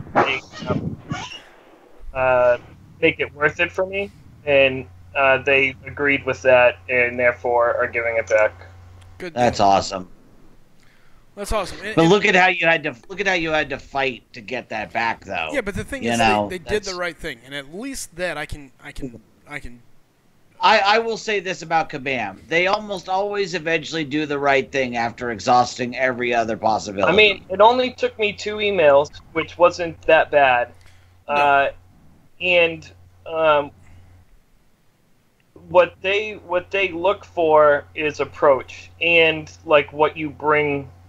Like, so I didn't just ask for my item back. I asked for my item back, but said, hey, this is what happened. Like, I did it during Arena, and I don't think that that should be an option that you can do in Arena. Because I was going for a boost, and I obviously didn't hit the boost, and I hit the generic gem instead. And like, as soon as you take a negative tone or yell at them or accuse them or do anything, they delete the thing and they throw it out the window and they don't even look at it. Like, and like that makes complete perfect sense to me. You know, I don't even know that it's even that. It's not that they want to hear whining. They want to hear a lot. All that is great and dandy, and I agree. It's easier to read. It's easier to go through. Look, whenever you deal with a business, you might as well get over it. You're going to deal with whiny people. You're going to deal with illogical people. You're going to deal with all sorts of different types of people. I've seen this for a long time. What the difference is that you took the effort to respond back to their initial response. Their initial response is supposed to say no. You know, how many people could easily boost a champion one time, awaken them, use him, and then ask for it back? You know, that's not a hard concept, but the difference is you said, hey, look, here's why, here's what happened, and so on and so forth. What's up, Emery? Thank you for hitting that subscribe button. We greatly appreciate it, man. It's the same thing with rebates. Absolutely. Offer rebates because 99% of the people won't go through the effort to do it. Yep. Yeah. Very true. No, I mean, you're exactly right. You know, if it really means something to you, you'll follow up with it. And you did exactly what you're supposed to do. You followed up with it.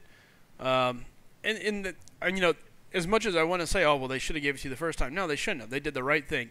They said, look, you used it. You played the character. To us, it looks like you meant to. You responded with an intelligent, no, I didn't. Here's why. Here's what happened. And this is why I should have it back.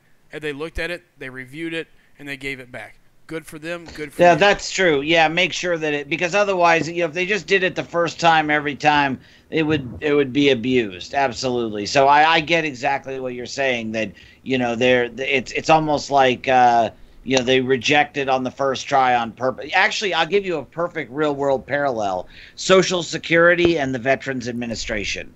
If anybody has ever had to deal with either of those organizations, when you file for Social Security disability, now they won't tell you this, of course, but it is basically an unwritten policy that they reject almost every claim on the first try. It's about 90. Always. It's like 95%. It's about 90 to 95%. Yeah. Right. Now, the reason for that, again, is exactly to see who's serious and who's not. You know, my dad had to fight with both those organizations for years to get them to take action, you know, and I get why, because it's not that difficult to fill out the paperwork, you know, and they have to be able to separate the wheat from the chaff, so to speak. So I get why Kabam would be doing that, you know, for exactly that same set of protocols. What's up, Aldo? How you doing? What's up, Aldo? Look at Ace Fusion saying, good, Bulldog is here. I finished that Lost Room show, and you were totally right. I can't believe they stopped it where they did. There was so much they could have built off of. That would have been a fantastic weekly series. Fantastic. I am so disappointed in Sci-Fi for not following up on that.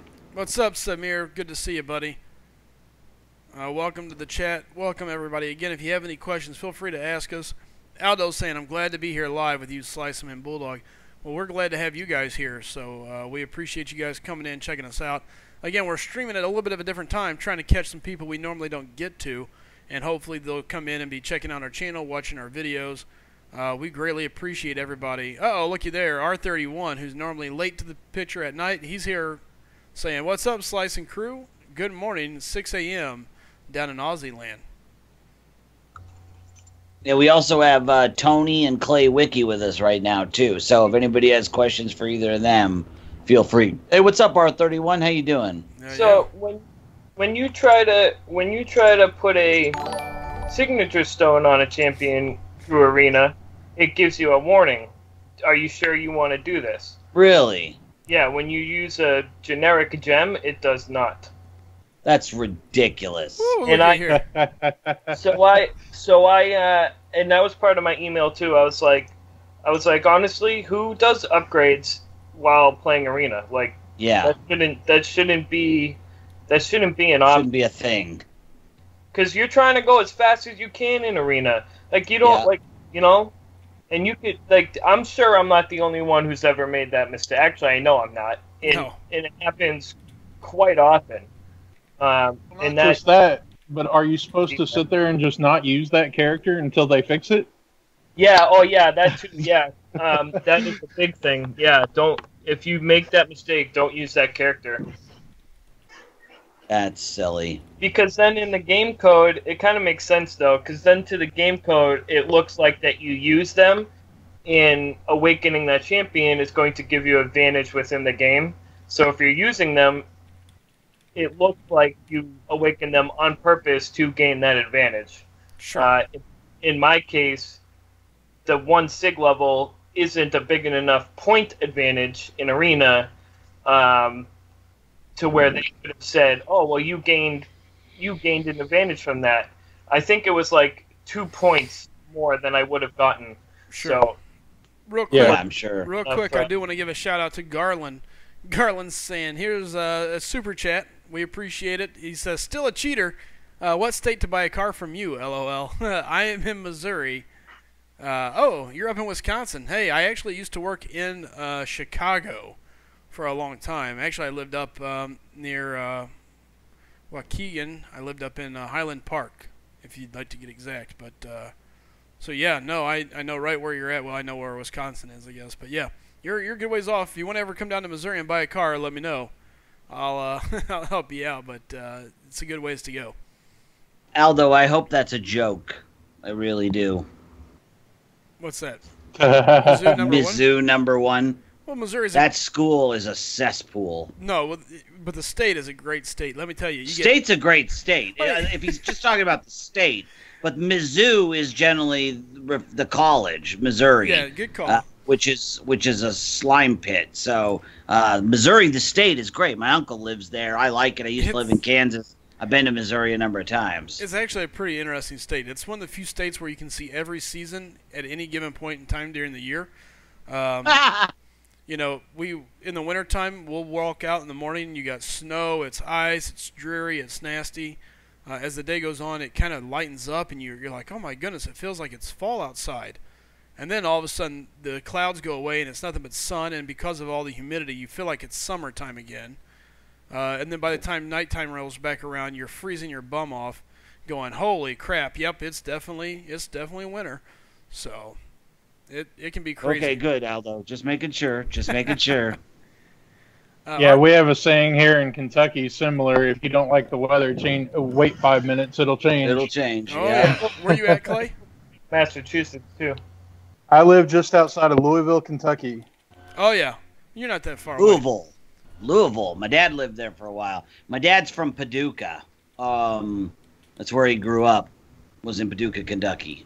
Solomons, you're falling behind. You got to get in the arena. I'm already at 1 million points for Dormammu, so got to get on that.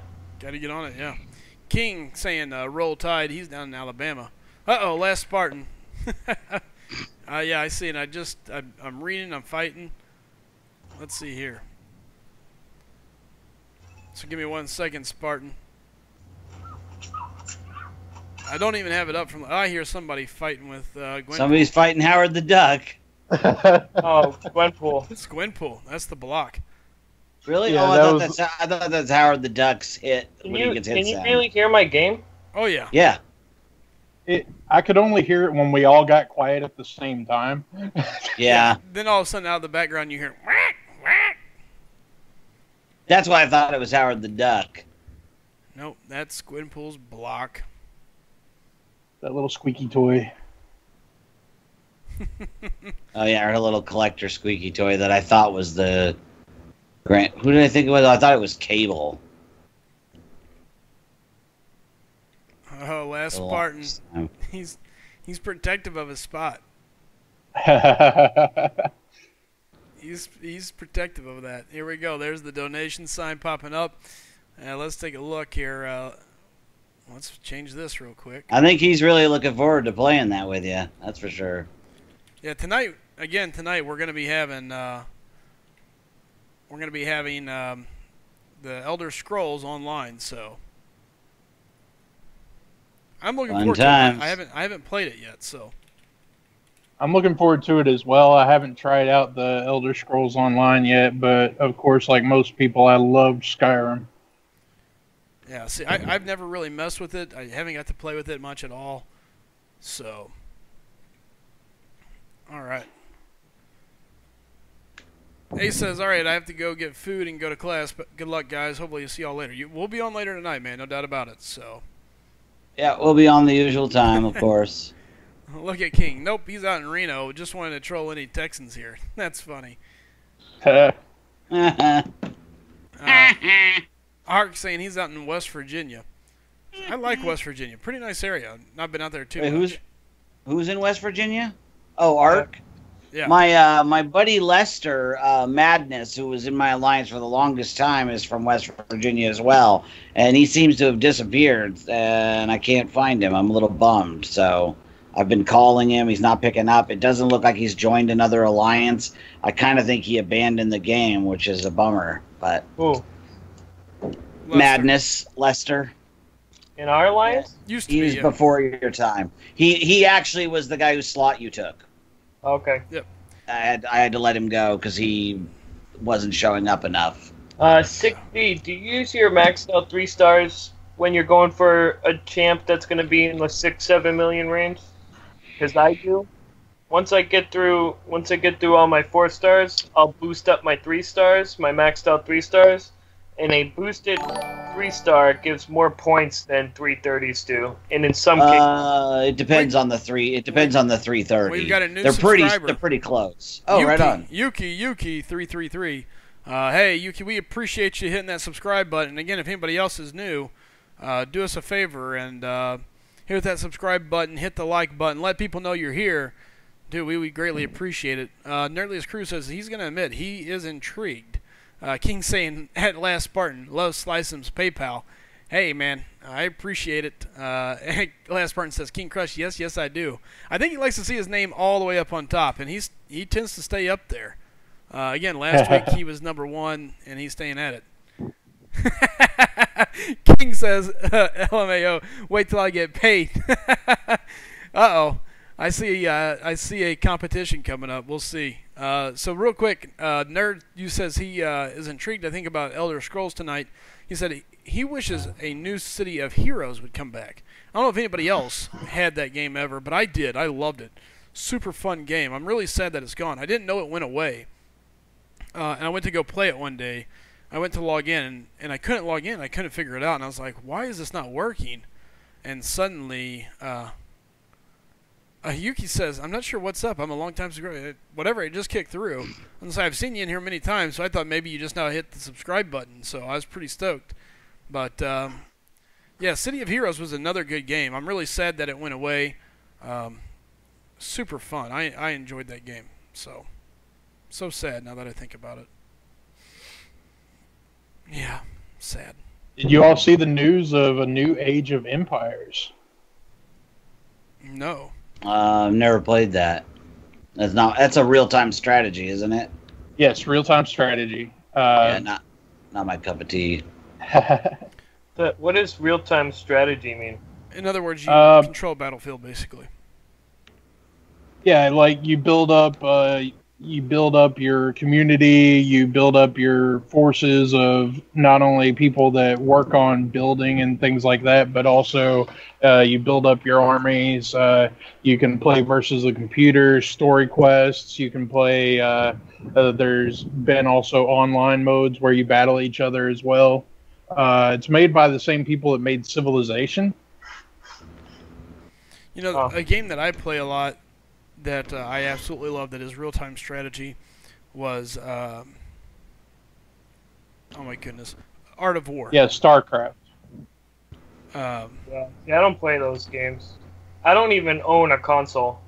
No.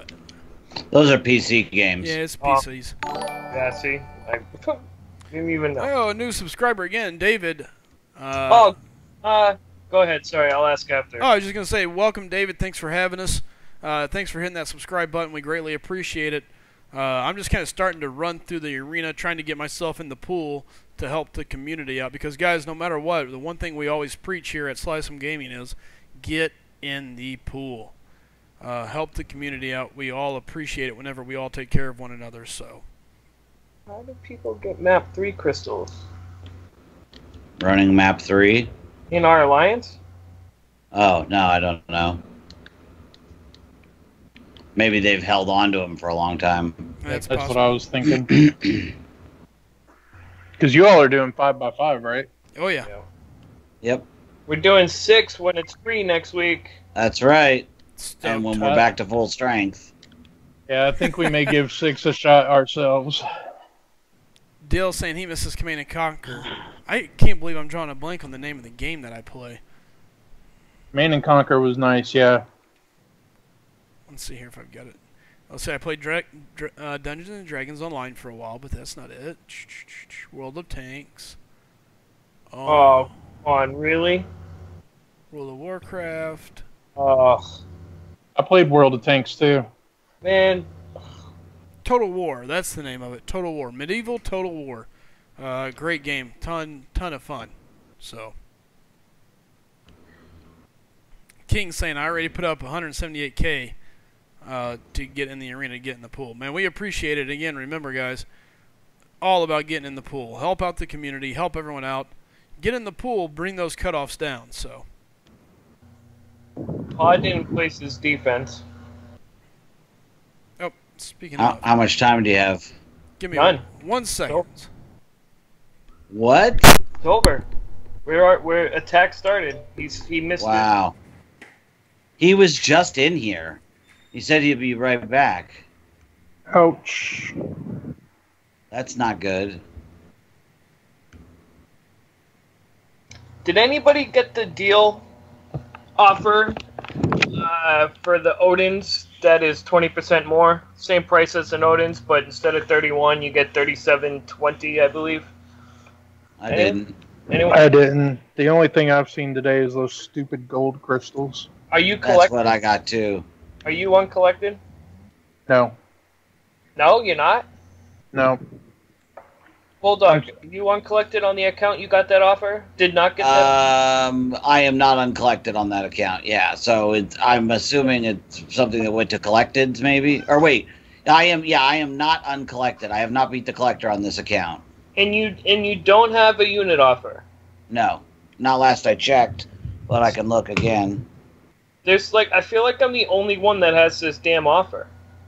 It happens. I've seen that before. Other people getting. In fact, I could tell you when that happened. Lester got one time when he was gone back before they came down on account sharing. I would move for him in war and stuff. And one time he got an offer that I didn't, and it was a unit offer. I was a little pissed off because I would have liked to have that offer. Yeah, yeah. I just sent a picture of it in the. Oh no, that's not the right one. I just sent a picture of it in the. I'm back. Sorry about that. Oh, nice. What is so it? It's a card. It's a premium daily card. That's pretty nice. Oh, okay. All right. That sucks. That's the other thing that pisses me off about my ban is losing out on 15,000 cosmic shards that I paid real money for. This is one of those things where I don't think the punishment fits the crime. I'm missing out on the daily stuff. I'm not gonna get those 2,000 5-star shards, a T4 basic, Nebula. I mean, all sorts of stuff. And whatever happened to just a warning? I've been here 16 months. I've spent a fair amount of money. Never done anything wrong. This whole situation is. I gotta stop talking about it. Every time I talk about it, it makes me angry. It makes me not want to come back. I'll be right back. All right, and I'm back. Had to run upstairs real quick. Sal says, "No, Slycem's back." Yeah, I made it back. Oh, I think for people that would spend the money for an Odin, that's a great deal to have. Plus, it kind of spaces it out too. I would do it in a second. I haven't seen the. Let me see if I can see the offer here. I've been trying to find a way to do it, but because I'm in the middle of grinding for units for the collector, and that would massively help. Yeah, that's part of the reason I'm not uncollected is I need to save up some resources. Yeah, that's why I asked if you were uncollected, because I thought since we were getting close to the date where being uncollected, like everything that you could get, it will be out. And I thought they were trying to push everyone who wasn't uncollected to do it by throwing out more units. King saying now there's some guy with a beard blocking the chair. David said he's collected and didn't get a unit offer, but I've heard if someone hasn't bought anything in a while, Kabam gives them special offers. Yeah, I think that's what it is. The only times I've ever bought anything were through iTunes gift cards that were gifts. I've never actually spent real money in the game. Yeah, I'm having to grind arena to get my units and get resources because, well, I've been basically out of work for 8 months now for surgery recovery, so it's no income. That's Same. rough. Well, I haven't had surgery yet, but I'm sick. I'm in the same boat. Yeah, I had, in the past 2 years, I've had 4 stomach surgeries related to hernias and infections. So this last one was in January, and I've got I had a foot-long hole in my stomach. That sounds not fun. Sorry. No, not at all. What? What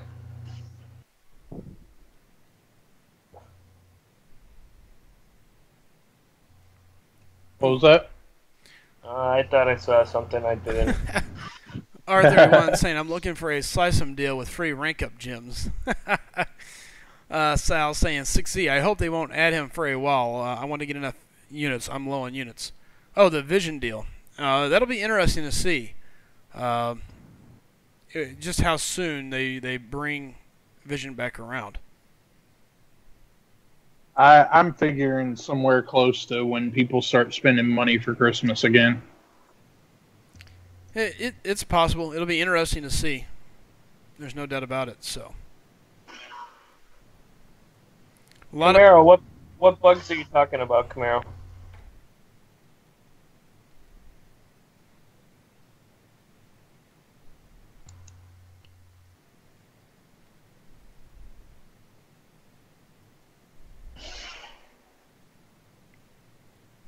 Camaro, what bugs exactly are you speaking about? He says there's bugs in the game. Well, we know that. We know that there's still some issues inside the game. Like what? Like what are some of the bugs? Yeah. Well, last I checked, there's still Parry. There's still problems with parry. That's a big one. There is, and there's still a huge problem with chaining special twos behind 5-hit combos that they claim they've fixed multiple times and has not been fixed. The other one that I know of for sure is there's still the Nightcrawler bug with him going invisible. That one I know for sure. It's happened to me multiple times, especially on this account that I play with Nightcrawler a whole lot more. So we'll see. Yeah, R31. Don't bet on a bug-free patch. Yeah. No kidding. Parry's 100% fine. There's absolutely nothing wrong with parry. I guess that depends on who you ask. I mean, it's a pretty bold statement to make, unless you're a game developer. Well, what's wrong with it? I don't think it's Multiple fine, but I people don't. are reporting that it's not working properly. I don't think it's fine, but I don't think it's a bug. I think what it is that they keep tuning it with patches and minor updates, and some people their reaction time adjusts to those fine tunings a little bit better than others. For me, I sometimes see it way more than other people in my alliance, but then Yeah, I don't have any problems with it. Yeah, there's some. It's not. There's some. They adjust AI. They adjust difficulty. They adjust timing. I don't believe that for 1 second. And that's exactly what it is. I don't believe And that. Well, the magical evade bug is still there, evading and hitting at the same time. That's been there for almost a year. When did that happen to you? That happens to me all the time when I fight evade champs, at least once per fight. Here's my deal, and I get where you're coming from, Anthony. We can all say maybe they're doing this, that, and the other. I don't believe for 1 second. Oh, somebody's got music in the background. I think that's Clay there. That was my mom calling. Oh, you're okay, man.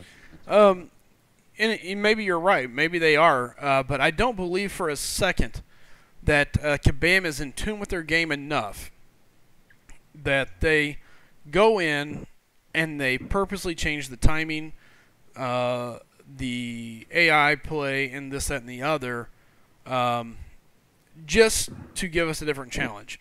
They have enough challenges on their hand. And again, if this is what they're doing with their time, if their time is, oh, you know what we should do? Let's go tweak that. Instead of making it 2 seconds, let's make it 1.8 seconds, just enough to screw with the player base. But I don't believe that's the case. If that's what they're doing, they really need to take that time and invest it in making sure that the gameplay is correct, making sure that they're taking care of their customers. There's a lot of other stuff they could be doing with their time rather than jacking around with the timing of stuff by minimal timing. If they are doing that, I think they're doing it to make it better. It does them no good to intentionally screw with us. And Hanlon's razor says never attribute to malice that which can be explained by indifference or stupidity. And with Kabam, I think it's merely a matter of indifference. They make whatever they've got an end goal in mind. They're making changes to achieve that goal, but because they're not players, they're not able to adequately test it because they don't have a good beta system in place. That's why games that are very successful will have real players beta testing this stuff before they put it out, and that's something Kabam has only recently been flirting with. That's why I think a lot of this stuff exists, is because they look at it from a development perspective and they go, oh, well, this makes sense, but they don't actually play it, so they don't know. They do R31, and they also have developers who do play and are in alliances.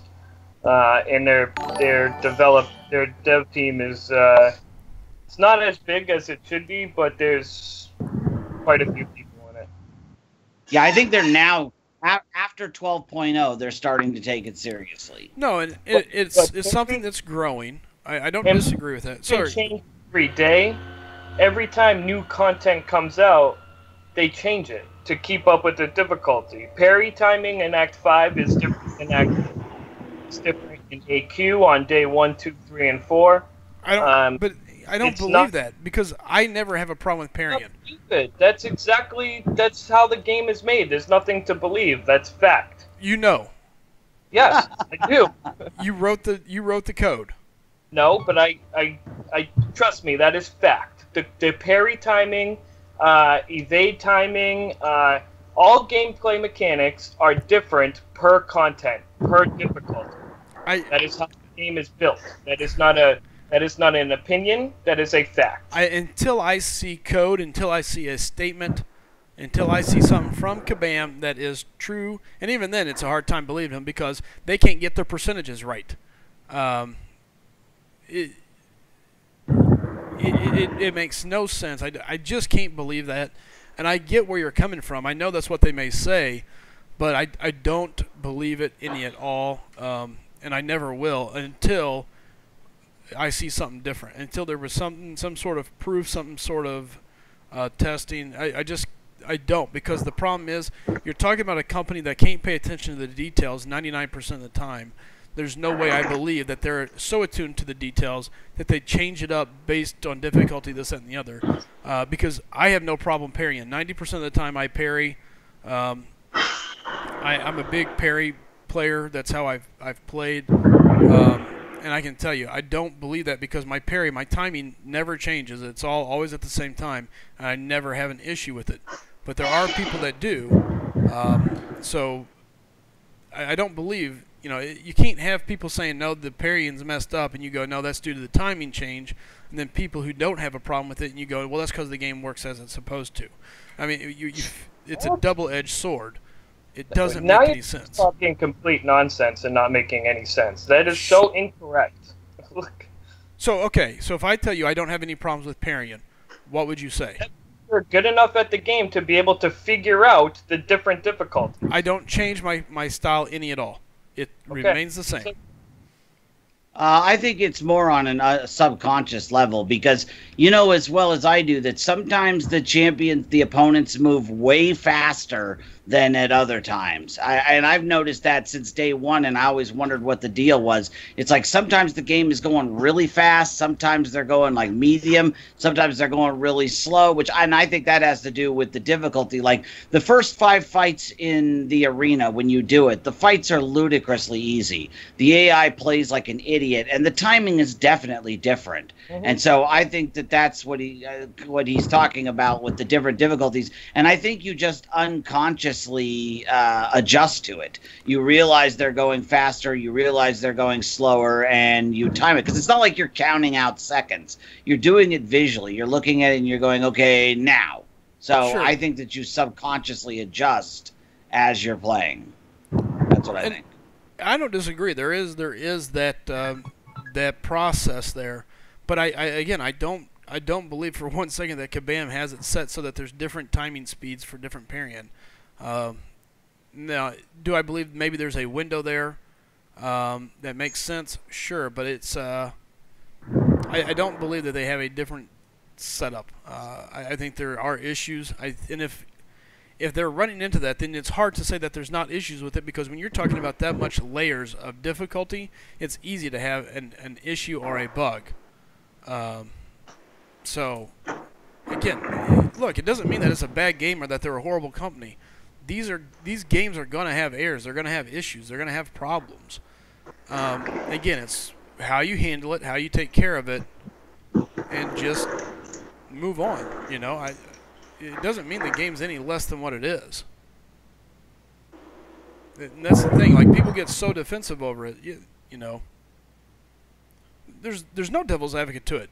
If you can't admit that the game has some issues inside of it, then you got to be playing a different game than I am. Because I can tell you, I can watch as players have issues with certain things, and it's not players. It's again, we talk about Morto's visual bug. We talk about Spider-Man still being able to combo almost directly after an evade. And I'm not talking supernatural speed. I'm talking right at it, though. You're talking about 5-hit combos that people are still not able to land. You're talking about bosses dodging a L2. I've had my own champion dodge an L2 just yesterday. Parrying. Yeah. Well, not even that. I had Hyperion in ROL, and it's on one of my streams. I'm attacking Captain Marvel. Captain Marvel goes up. She comes down for her special, and because I was in mid-attack, it didn't land. She went right through me. It's an obvious bug. I mean, it's right there. And again, it's a minor one. It's not like I'm complaining about it, but I'm just saying if somebody's loud on the... Well, I kind of am. I mean, you can't use Ultron Special 2 at the end of a combo. No, you can't. I have not missed an L2 on Ultron since that day that patch came out. 100%. When was that patch? When was that patch? 14.0. I have not missed it since. 100% of the time, and I use him in AQ. I use him everywhere, and I use the Special 2 because it does insane good damage, and I have not missed it once since the day that patch came out. Happens to me all the time. Oh. Him and Captain Marvel. Yep, same thing with Captain Marvel. 100%. Never misses for me. And again, it's one of those things where I don't think it's a bad game. I don't think there's huge issues. I think they need to worry about some customer service. But there are bugs. I mean, there's bugs to be fixed. Nerly says he's missed since then. Riley said he missed Ultron Special 2 twice on map 6. Zach says he can't. I mean, I'll go live and show you. I'll do it 700 times in a row and not miss it once. Yeah, let's do that. I mean, I'll prove it to you. Here's the thing, and this is where people tend to forget, and I'm going to point in both ways.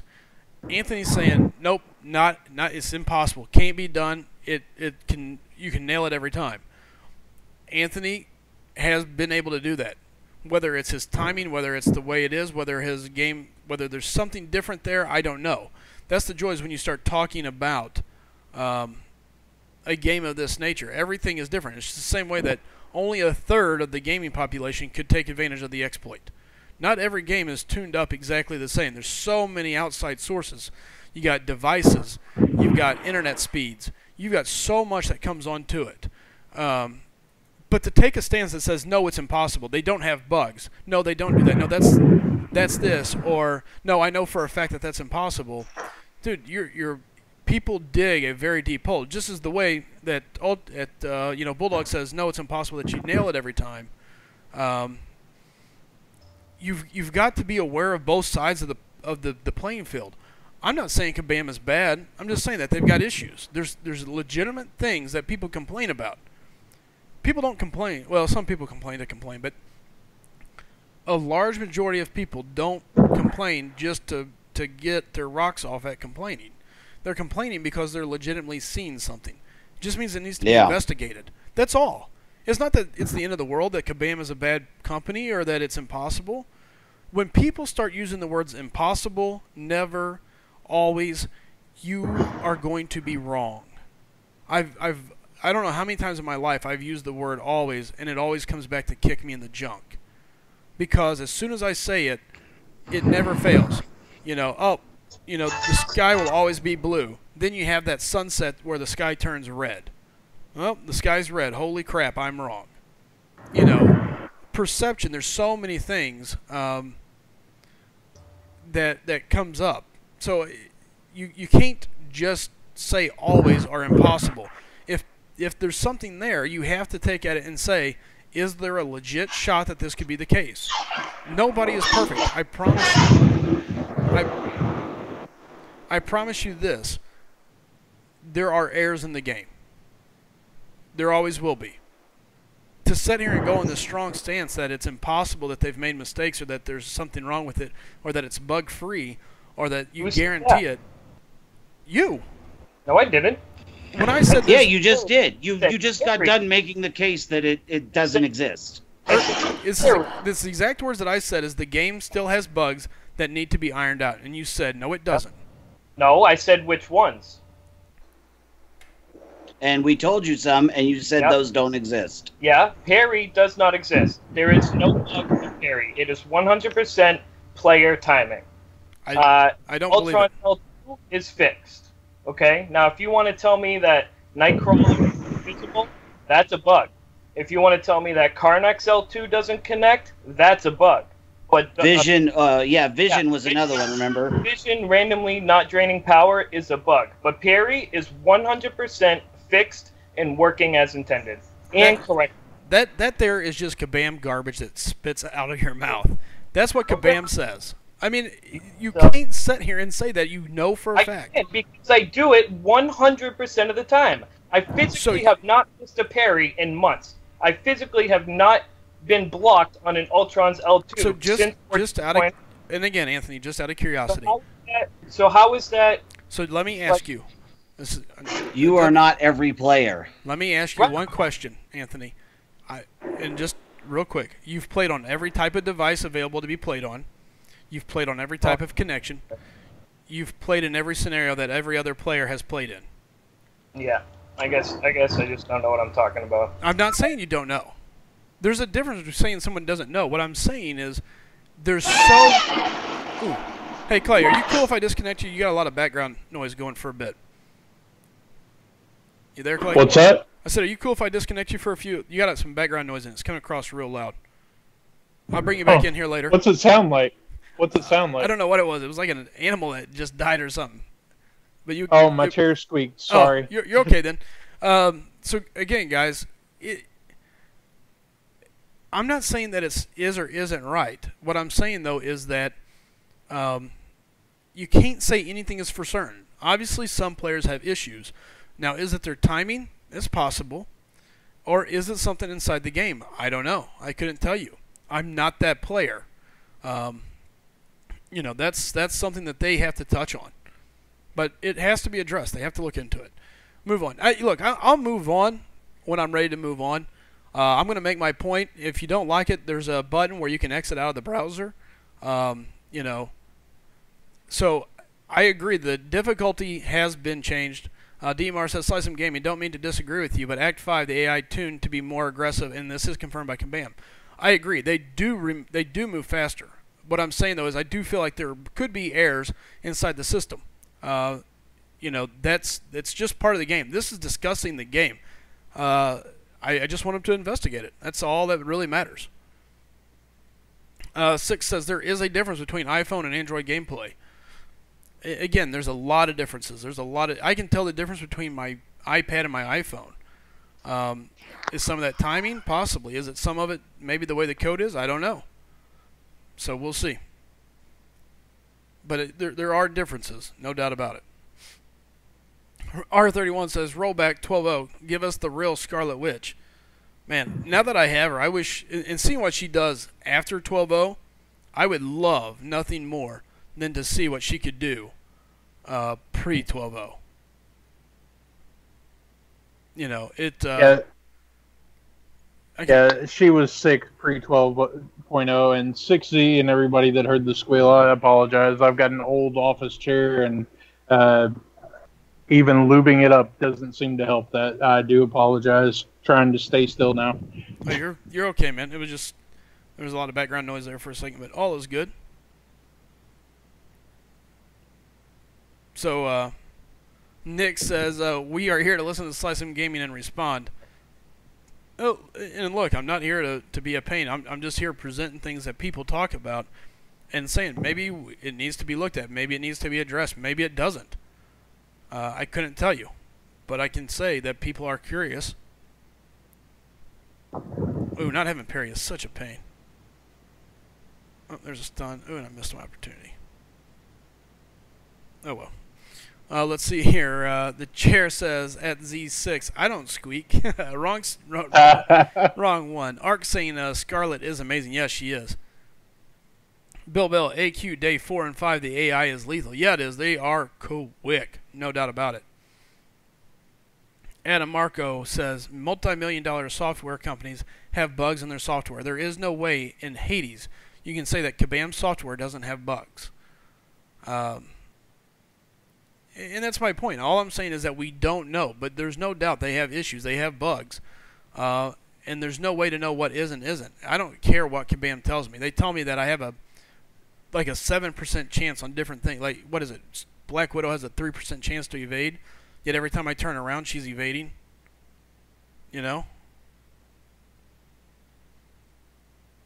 Yeah, and we're going to see more on the 30th, too. I mean, that's the thing, is anytime there's an update, you're going to see a whole different set of uh-oh. Oh, absolutely. It's going to be a whole new... Ooh, totally missed that. A whole new set of headaches that arise from the update. You know, it's going to be interesting. And that doesn't even count all the stuff that we don't know, like we were talking about last night, that we don't even know about the upcoming AW system. You know, oh yeah, we're not really going to see that till what, the 6th or 7th, but still, that's going to be a whole new realm too. Yeah, James says, Sly, you upset that you can't do Dormammu Arena on the main? No, luckily for me, I have a 550 Dormammu Sig level 99. I don't have to mess with Dormammu. I am done, thankfully. And Nerd's saying, no one said they don't have any bugs. No, I agree. I don't think anybody said they don't have any bugs. Some of us, you know, it's just, you got to be careful. Again, anytime you say always, never, 100%, those are strong, strong words. James, oh, I answered that. Sal says, Nerdliest is like the Matrix. Ben says, what is the cutoff for Force or Dormammu? Bulldog, what were you saying earlier? You were saying somewhere around, what, 6'2"? 6'4". 6'4". Yeah, between Bulldog and I, we were around 6'4". You know, I as always, I'm going to go with that lower end. You know, 5'8", 5'9", I think will be the cutoff. There's enough stuff going on that I think it could affect the cutoff just enough to keep it under there. You know, a lot of people thought Gwenpool was going to go insanely high, and she didn't even break the 6 mil mark. So we'll see what happens. Let's see here. DMR News says, SlycemGaming rank up advice. I just pulled a 5-star X23. Rolled off Star-Lord. Yikes. Anyway, R5 both Archangel and Iceman, or 445 undupe X23. Ooh. Where are you at in the game, DMR? Because that's going to really determine my answer here. That really makes a big difference. Dill's saying, Dill says, yeah, BS on Black Widow. Fought her in war a few times, and every time she evades as much as Nightcrawler. No, exactly. Every time I turn around, she's evading. Kabam's percentages are horrible. They're never correct. And if they are correct, then I'd like to know how. I'd love to see their mechanics. David said, Slycem, I agree with you. Have said, well said, bro. Hey, I appreciate it. And again, look, I just tell people what I think. Doesn't mean I'm right. It is what it is. DMR says he's at the end game. In that case, you got to take X23. X23 is going to give you your biggest bang for your buck. Archangel is nice. Iceman is nice. But when you're talking about, and when I think of end of game, I'm thinking LOL, things of that nature. I think that's where it goes. Yeah. Yeah, I would do X23 and follow up with Iceman as soon as possible after that. Yep, I agree. I think you go X23 and you just, I don't even know. Did she go for? Okay, so he's saying it's 6'2". I could have. Now I'm gonna have to look it up. I used to have this up on my desktop, but I had to restart my computer the other day. Sal's saying the gameplay is really choppy. Let me take a look here. I'm not really sure why. I'm showing everything as having a strong connection. Asshole. Let's see here. What am I looking for? Gotta scroll down. Give me 1 second. Here we go. Alright guys, once again as I pull this cutoff list up, let me take a look.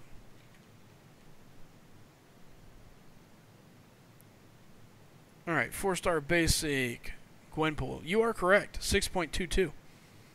Why was I thinking she wasn't above that? So she does hold the record. For some reason I was thinking she did not. Is that right? No, I lied. Hyperion is still the record at 6'4". Okay, so Hyperion was 6'4". Gwenpool didn't pass Hyperion. That's what it was. Gwenpool went 6'2" and then dropped to 4'4". Alright. Alright. So yeah, you are correct, Dill. Good call. Good correction. I believed you. I wanted to see with my own eyes. Look, I'm from the show me state. It's all about showing it to me, baby. Amino says, during my LOL runs, I swear Ultron invaded me more than the OG Spider-Man himself. And again, that's what I'm saying. It's interesting how the percentages just kind of don't become percentages anymore. There's just certain points in the game I don't believe the stats that that Kabam puts out. And you know, well, the problem is, and some of that's just some crazy RNG, because like the first week of Green Goblin, you know, I had pulled him out of that crystal and early on, and was seeing posts by Seaton and folks just throwing a fit about that that special one, and how the percentage was just terrible for getting power drain. And I had 0 times, 0 fights where it didn't power drain, and he was having fights over and over again where it didn't power drain. Sure. So, and it's supposed to be like 40% or something. And I mean, right there was just a huge disparity. He was having no luck at all, and I was getting all the luck. 6Z RNG means random number generator. Yep. And stating that just that the number pops randomly, and that basically that's what this game is designed around, is a lot of RNG, random number generation. Is, you know, and you can even go deeper. You can look at the crystals and say, okay, with as many champions that are currently in the crystal, for somebody that opens multiple crystals in the row, what are the odds of them pulling the same champion within those time spans? The odds are extremely low, but yet it seems to happen for multiple people multiple times over, where you get locked into like a set champion rotation. You know, I get so-and-so, so-and-so, and so-and-so every time. And then it's like you break that streak, and all of a sudden you're back to normal, and you'll pull a new champ, and you get on like a whole new turn of champions. It's just interesting the way it goes. I don't know just how good or bad their RNG, how their setup is, and that's the big question, you know. So there's just a lot of unknown when you're dealing with Kabam, because they don't show their hand, they don't give any direct answers. A lot of stuff is duck, dodge, dance.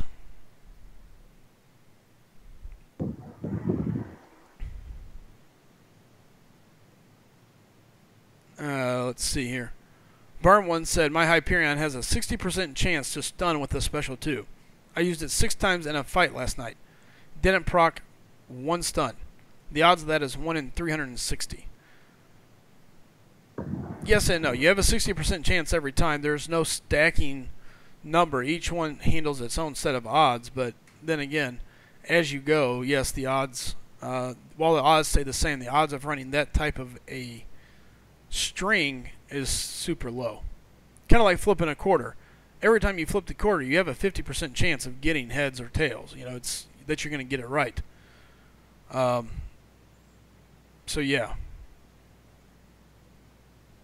But there's also a compounding factor once you start going on.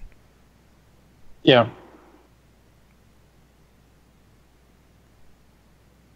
All right. Come on. I need her to throw that. Woo! See if I can come back and beat this Gwenpool. If so, I'll be shocked. Clay, where are you at in the game? Oh, bull. My alliance, we are currently doing map 5x5.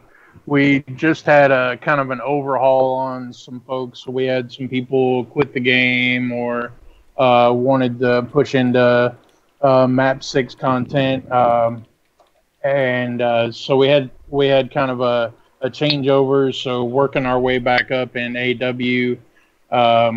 Personally, I just finished 100% of 4.3, and trying to get some resources together to work my way on pushing through 5.2 so that I can get that uncollected title to get those fancy new gems. Oh yeah, 5.2 is a pain. So Adam Marco saying the game just went super choppy. Let's see. Is it just Nightcrawler, or is it the rest of the gameplay as well?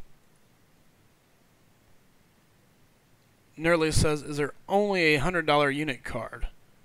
I don't have the unit offer, so I don't know. I'm going to reset my game and take a look on my nerd list. I didn't even have the offer pop up that Anthony had, so I'm not 100% sure. The only thing so far I'd seen today is the crappy gold crystal offers. I saw that. Sal says, also, Slicem, there is another bug.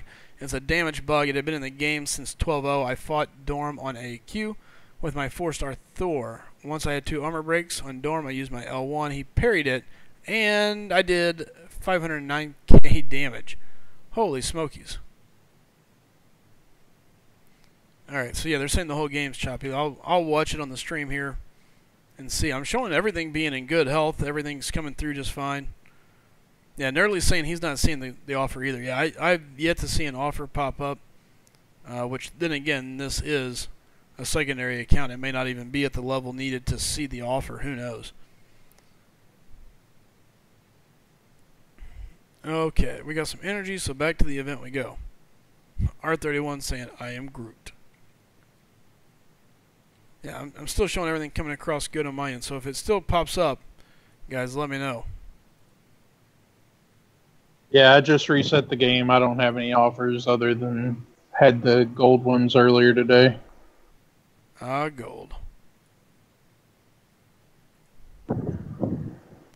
Yeah, unit offers are normally pretty good. You can normally come out way ahead during those. They're always normally pretty handy. So, all right, I'll be watching this. I've got this on. Seems a lot of the card offers are decent. You know, even like the 4-star crystal shard offers and things like that. If they put it in a card form where you have to log in every day, they seem to give you a whole lot better value than just a straight up buy. Yeah, it's it causes them to all right, yeah, nerd, let me reconnect. I'm going to watch this one here and see how it goes. The card is no, it's not choppy in the OBS, and I'm watching my own live stream, so I'll see how it looks coming across. It's one of those things where I think when they force you to log in, it you know, they're apt to give you more, because if you miss a day, they still come out ahead, you know. Yep. So it's totally different. You know, when it's a straight up buy, it's all at one time, instant gratification. The card requires you to log in and play. So exactly, it says, hey, we're going to give you a great deal as long as you keep coming back to us, and that's fair. I definitely think it's worth it.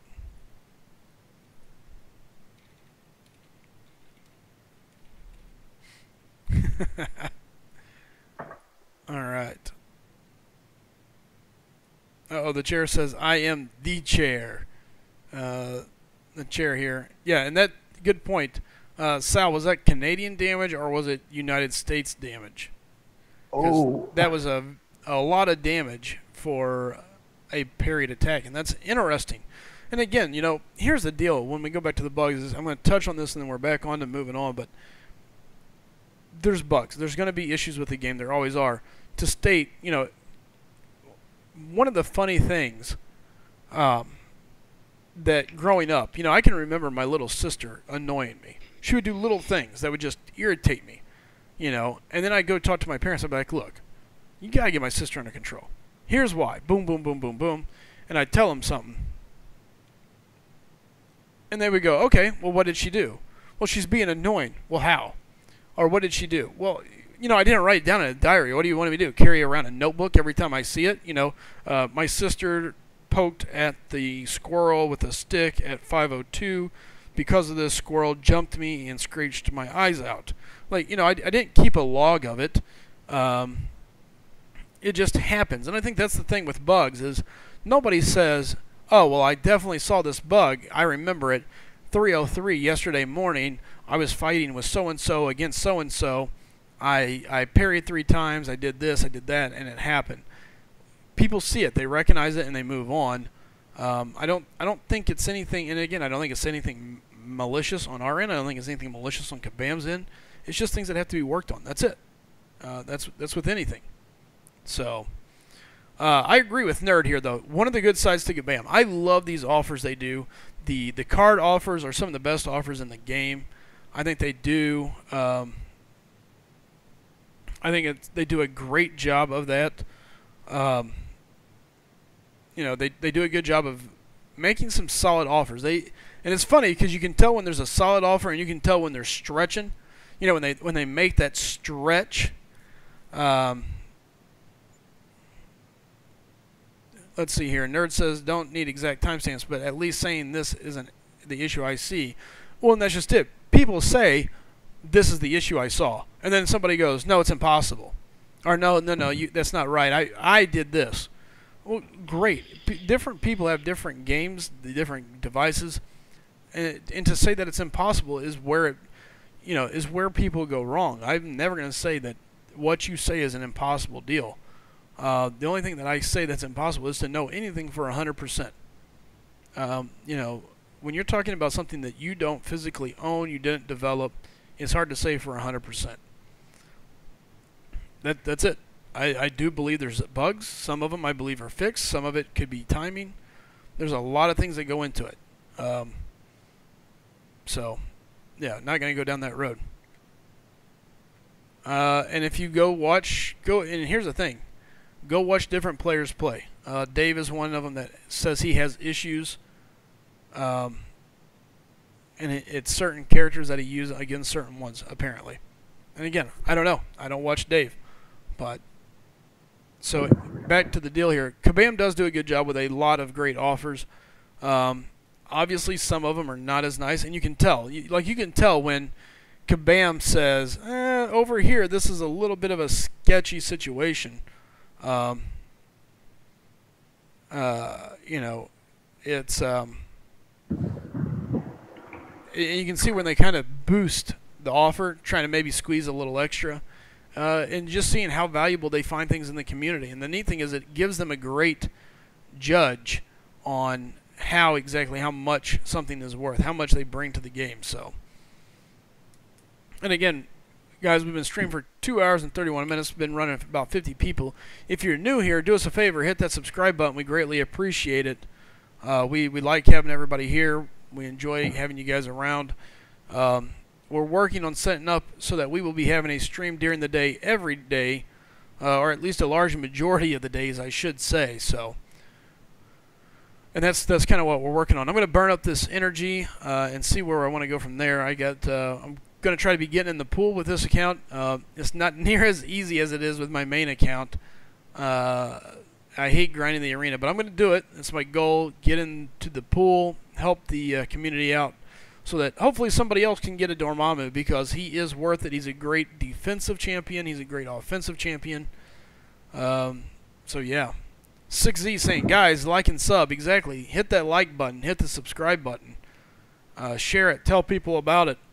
Any help we can get, we greatly appreciate. So, the chair says, I've noticed when fighting champs like Spider-Man and Magic that when I block a special and attack right away, I get intercepted. how is the AI so quick? They're not supposed to be that quick. Again, they play without air, though. Their gameplay is flawless, technically speaking, when you're talking about a high-level fight. But you know, the most recent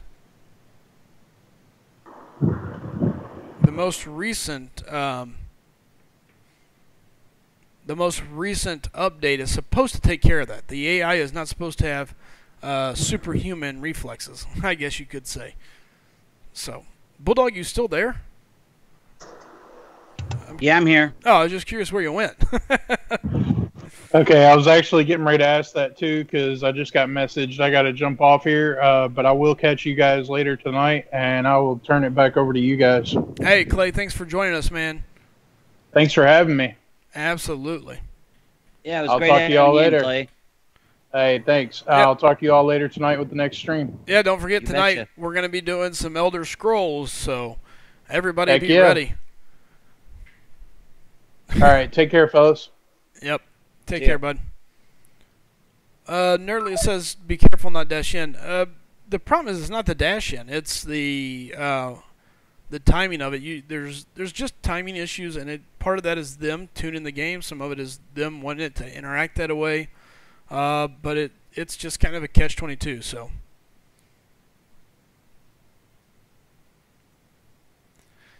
Yeah, Chair, I do agree. I've seen a couple of them where I got busted on a couple of things. And it kind of frustrating. Not gonna lie there. So. Yeah, busted on Oh, go ahead, Bulldog. No, go ahead. I was just gonna ask a question, but go ahead. Go ahead and ask. I was gonna say I missed that where you got busted on a couple of what? Hits where like you bait out so what somebody was saying, the chair is saying is you bait a heavy or you bait a special, and as you move in, AI is hitting you. You know, freakishly fast response time from the AI basically is what you're looking at here. It's not strategic necessarily. I don't know that that's the case. Again, they were supposed to fix that. So Max says, SlycemGaming. Sly, could you name a few 4-star 440 champs which are still super awesome without being duped? Gwenpool, Vision. And Those are the first two I think of. I would still use Archangel, Iceman. Yeah, yeah. Let's see. Nightcrawler. Oh yeah, Nightcrawler definitely. Not being duped. Who are your other unduped champs? Ultron. Yeah, Ultron's another one, doesn't need to be duped. Hyperion. Hyperion, yep, there you go, that's a good one. Let's see, trying to think just off the top of my head.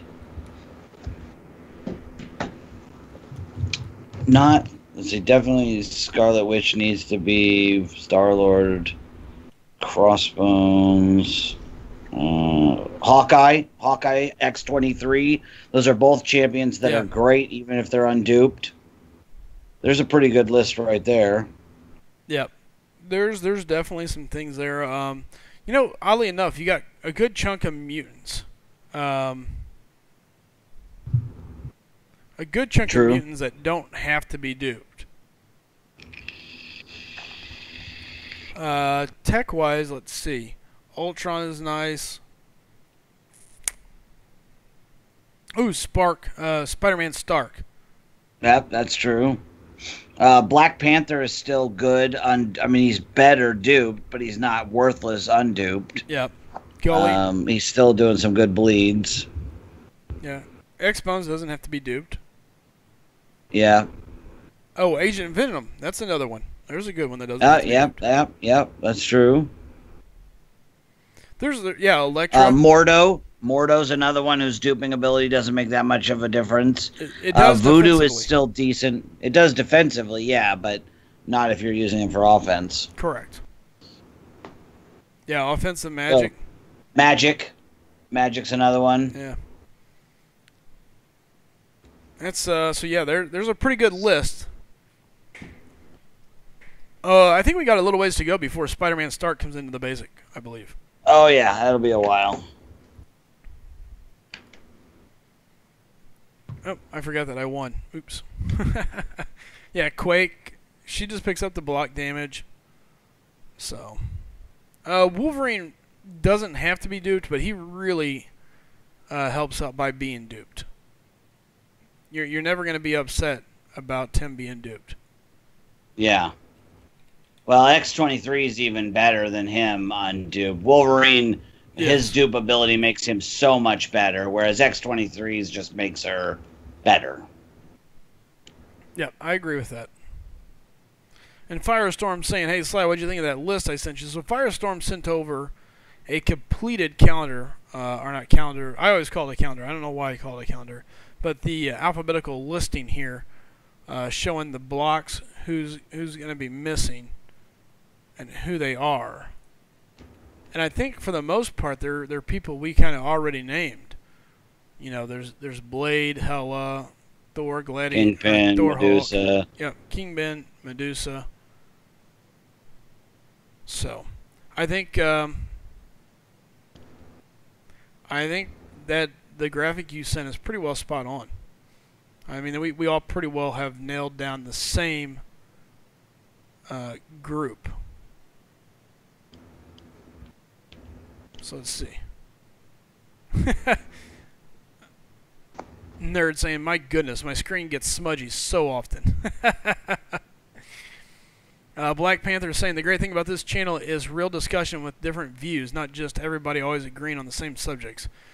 Oh, yeah, we do not agree on a lot of things. Nope, we will argue, we will fight, but at the end of the day, I promise you this. These guys are like family. If you're going to badmouth them, then you might as well get the heck out of the channel, because even though I may not agree with them, I've always got their back. I believe in them. And the thing is, I believe in anything they say. They believe behind it. You know, doesn't mean they're right, doesn't mean they're wrong. It just means they believe in their stance, and that's fine. You know, I can be wrong and still believe what I'm saying. And once I'm proven wrong, I'll choke it up. I'll say you're right. I mean, look, Bulldog got lucky on the first round of cutoffs. He was right. You know, I'm probably going to enjoy stomping him. I'm going to probably enjoy stomping him the rest of the way through, but we'll see what happens. Sal says, Alliance War is so easy when nobody has MD. I lost less than 2k health to get to the boss. Yeah, it's a big difference. All right, so huge difference. Firestorm is saying it's January 11th for the Stark Spidey. R31, I'm not even repeating what you said. Not even going to repeat it. Cracks me up.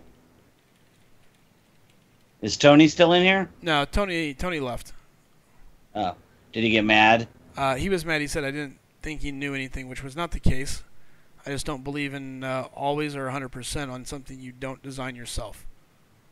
Even if somebody tells me that, I still don't believe him, especially when it comes from Kabam. Their percentages are always so drastically off that I have a hard time believing any percentages they tell us. Yeah. Yeah, I think my issue with that is, you know, I think you made a valid point. You know, people are still reporting problems. And whether or not it's actually a problem with the game or whether or not it's a problem with their device and the network, etc., you know, that's hard to say because you can't test every single thing. But I think to make such blanket statements as that is, I don't agree with that, you know. Yeah. Although I did go test Ultron, and I think he is. I mean, I was having a serious problem with Ultron and Captain Marvel, and I was able to land like 5 in a row. So it seems to me like they have done a much better job on bringing that into line. But, yeah. And again, I think they do a lot of things right.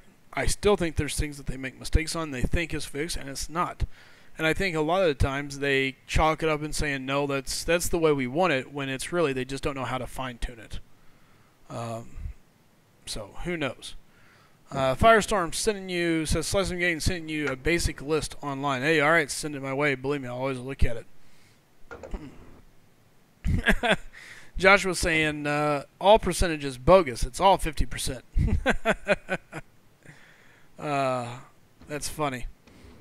What else do we got? Amino saying, guys, finally I found good use for Magneto. Haha, I fought a 5-star on All or Nothing, where everyone basically brings vision. I couldn't power drain him due to the magnetism. Well, there you go. That's interesting.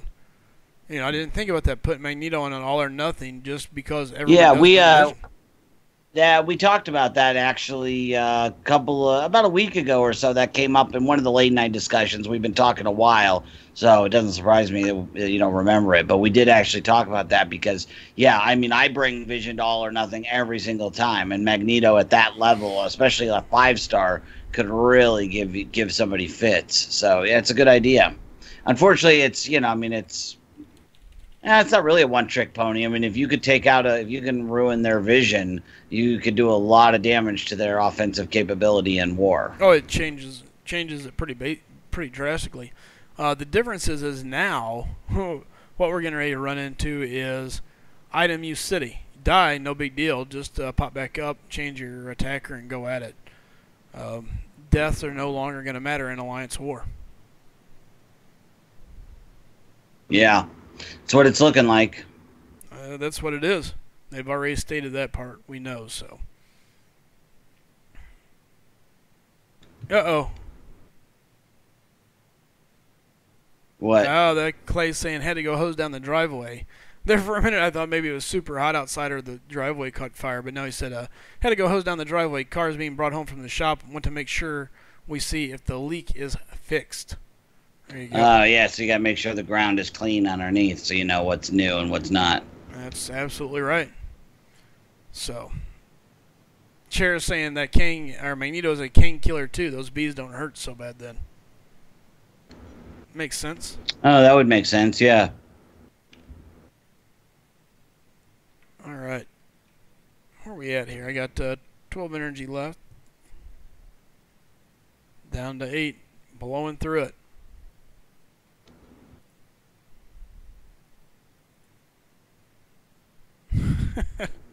Max says he's 1K away from pulling a 5-star champ. Should I or wait until October? If it's your first or second or something like that, I would say just pull it. You know, you're going to have time to earn more. That's the thing, and it'll help you out. I'm not a big fan of waiting, frankly, because when you wait, it's like, yeah, okay, so the champ you really want, Iceman, Archangel, or whatever, is now in the basic. But you got so many other champs in the basic as well. You know, I don't think your odds are that great of getting them. So you may as well go now because there's good champs to be got. You know, Star-Lord, X-23, etc. So yeah, there's a lot of good solid options. It just really depends. Sal says I have nightmares of Bulldog talking to me in his grumpy voice while I'm sleeping. Nice.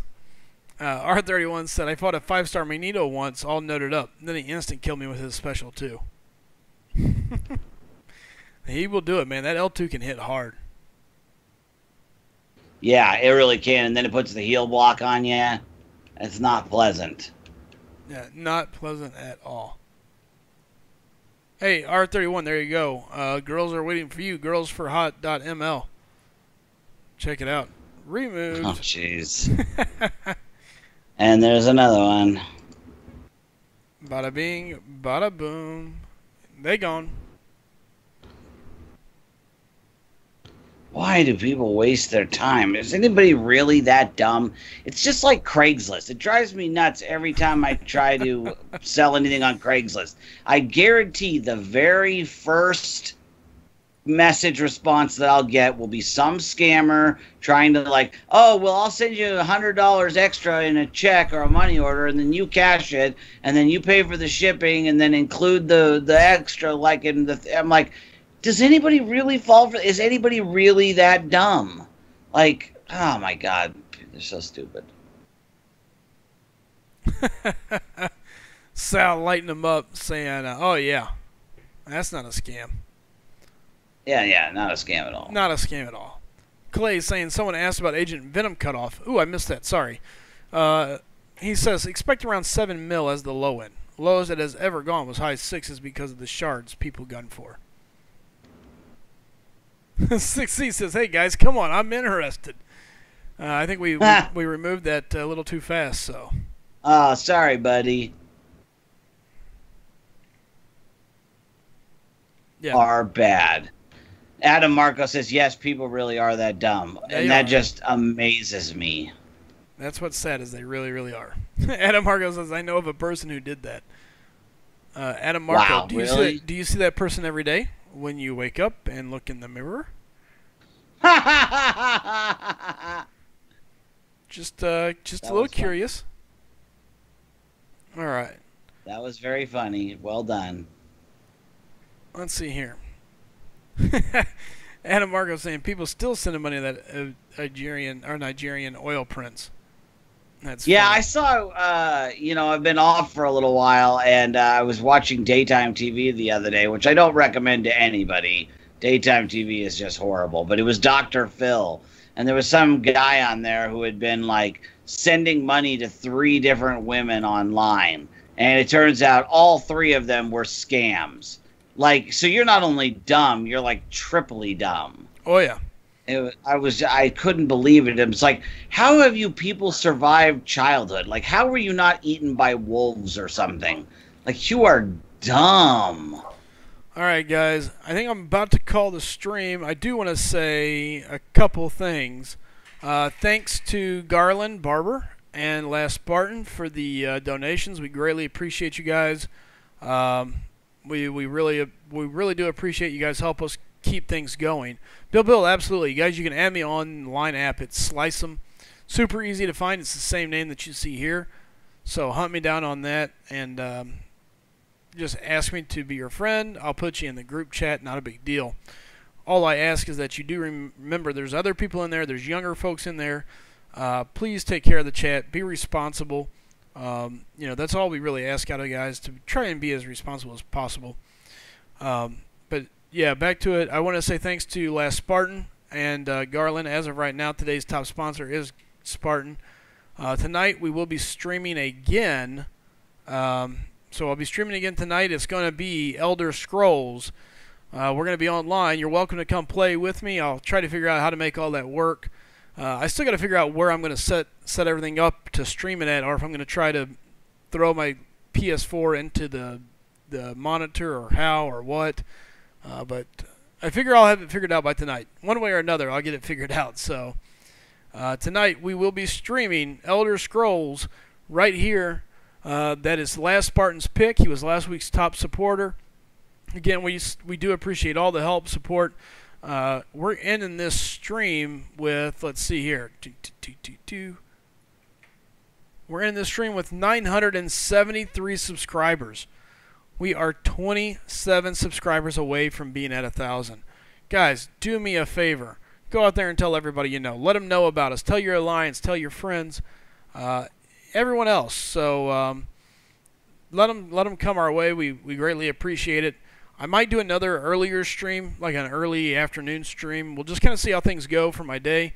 I got a lot of stuff to do, and this has obviously been something I wanted to do, is start streaming during the day. So start watching for us. We're going to try to be streaming during the day more and more often. So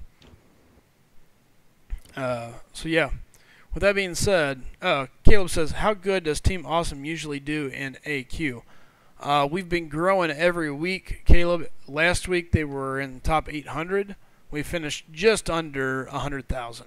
So we should be there. Should be in 100 million. Yeah, I'm sorry, 100 million, yes. Almost to 100 million, so. But anyway, again, everybody, thanks for tuning in and watching us. Bulldog, got anything you want to touch on before we head out of here? Nope. Nothing. What? See you guys tonight. Yeah. All right. I pretty much covered it all. So tonight, you'll see us again. We're going to be ready to rock and roll. Listen, follow us on Twitter. Follow me on Twitter. It's at Slycem. Follow the team at SlycemGaming. Get us involved with Twitter. I know we're not super great at it yet. We're all, I don't want to say we're learning, but just getting used to having it. So tweet us, get at us, holler at us, whatever it is you do on Twitter. We'll try to keep stuff coming up on there, and again, feel free to reach out to us on the line. So, all right, guys, y'all take care, and we'll be seeing you guys later. Afternoon. I was going to say night, but yeah, no, afternoon. Have a good afternoon. We're going to let this last ad play just to pick up a little ad revenue. Click the ad for us, because we're leaving after that ad. Click it. Let them go say that. Let them know that you clicked the ad. helps us out, what little bit it is. And we'll see you guys later tonight. Again, we'll be streaming some Elder Scroll tonight, so be ready. Looking forward to it. All right, Sal. Again, if you want, hit us up online. I'll be happy to add you guys. All right, take care, and thank you all so much again. We do appreciate it.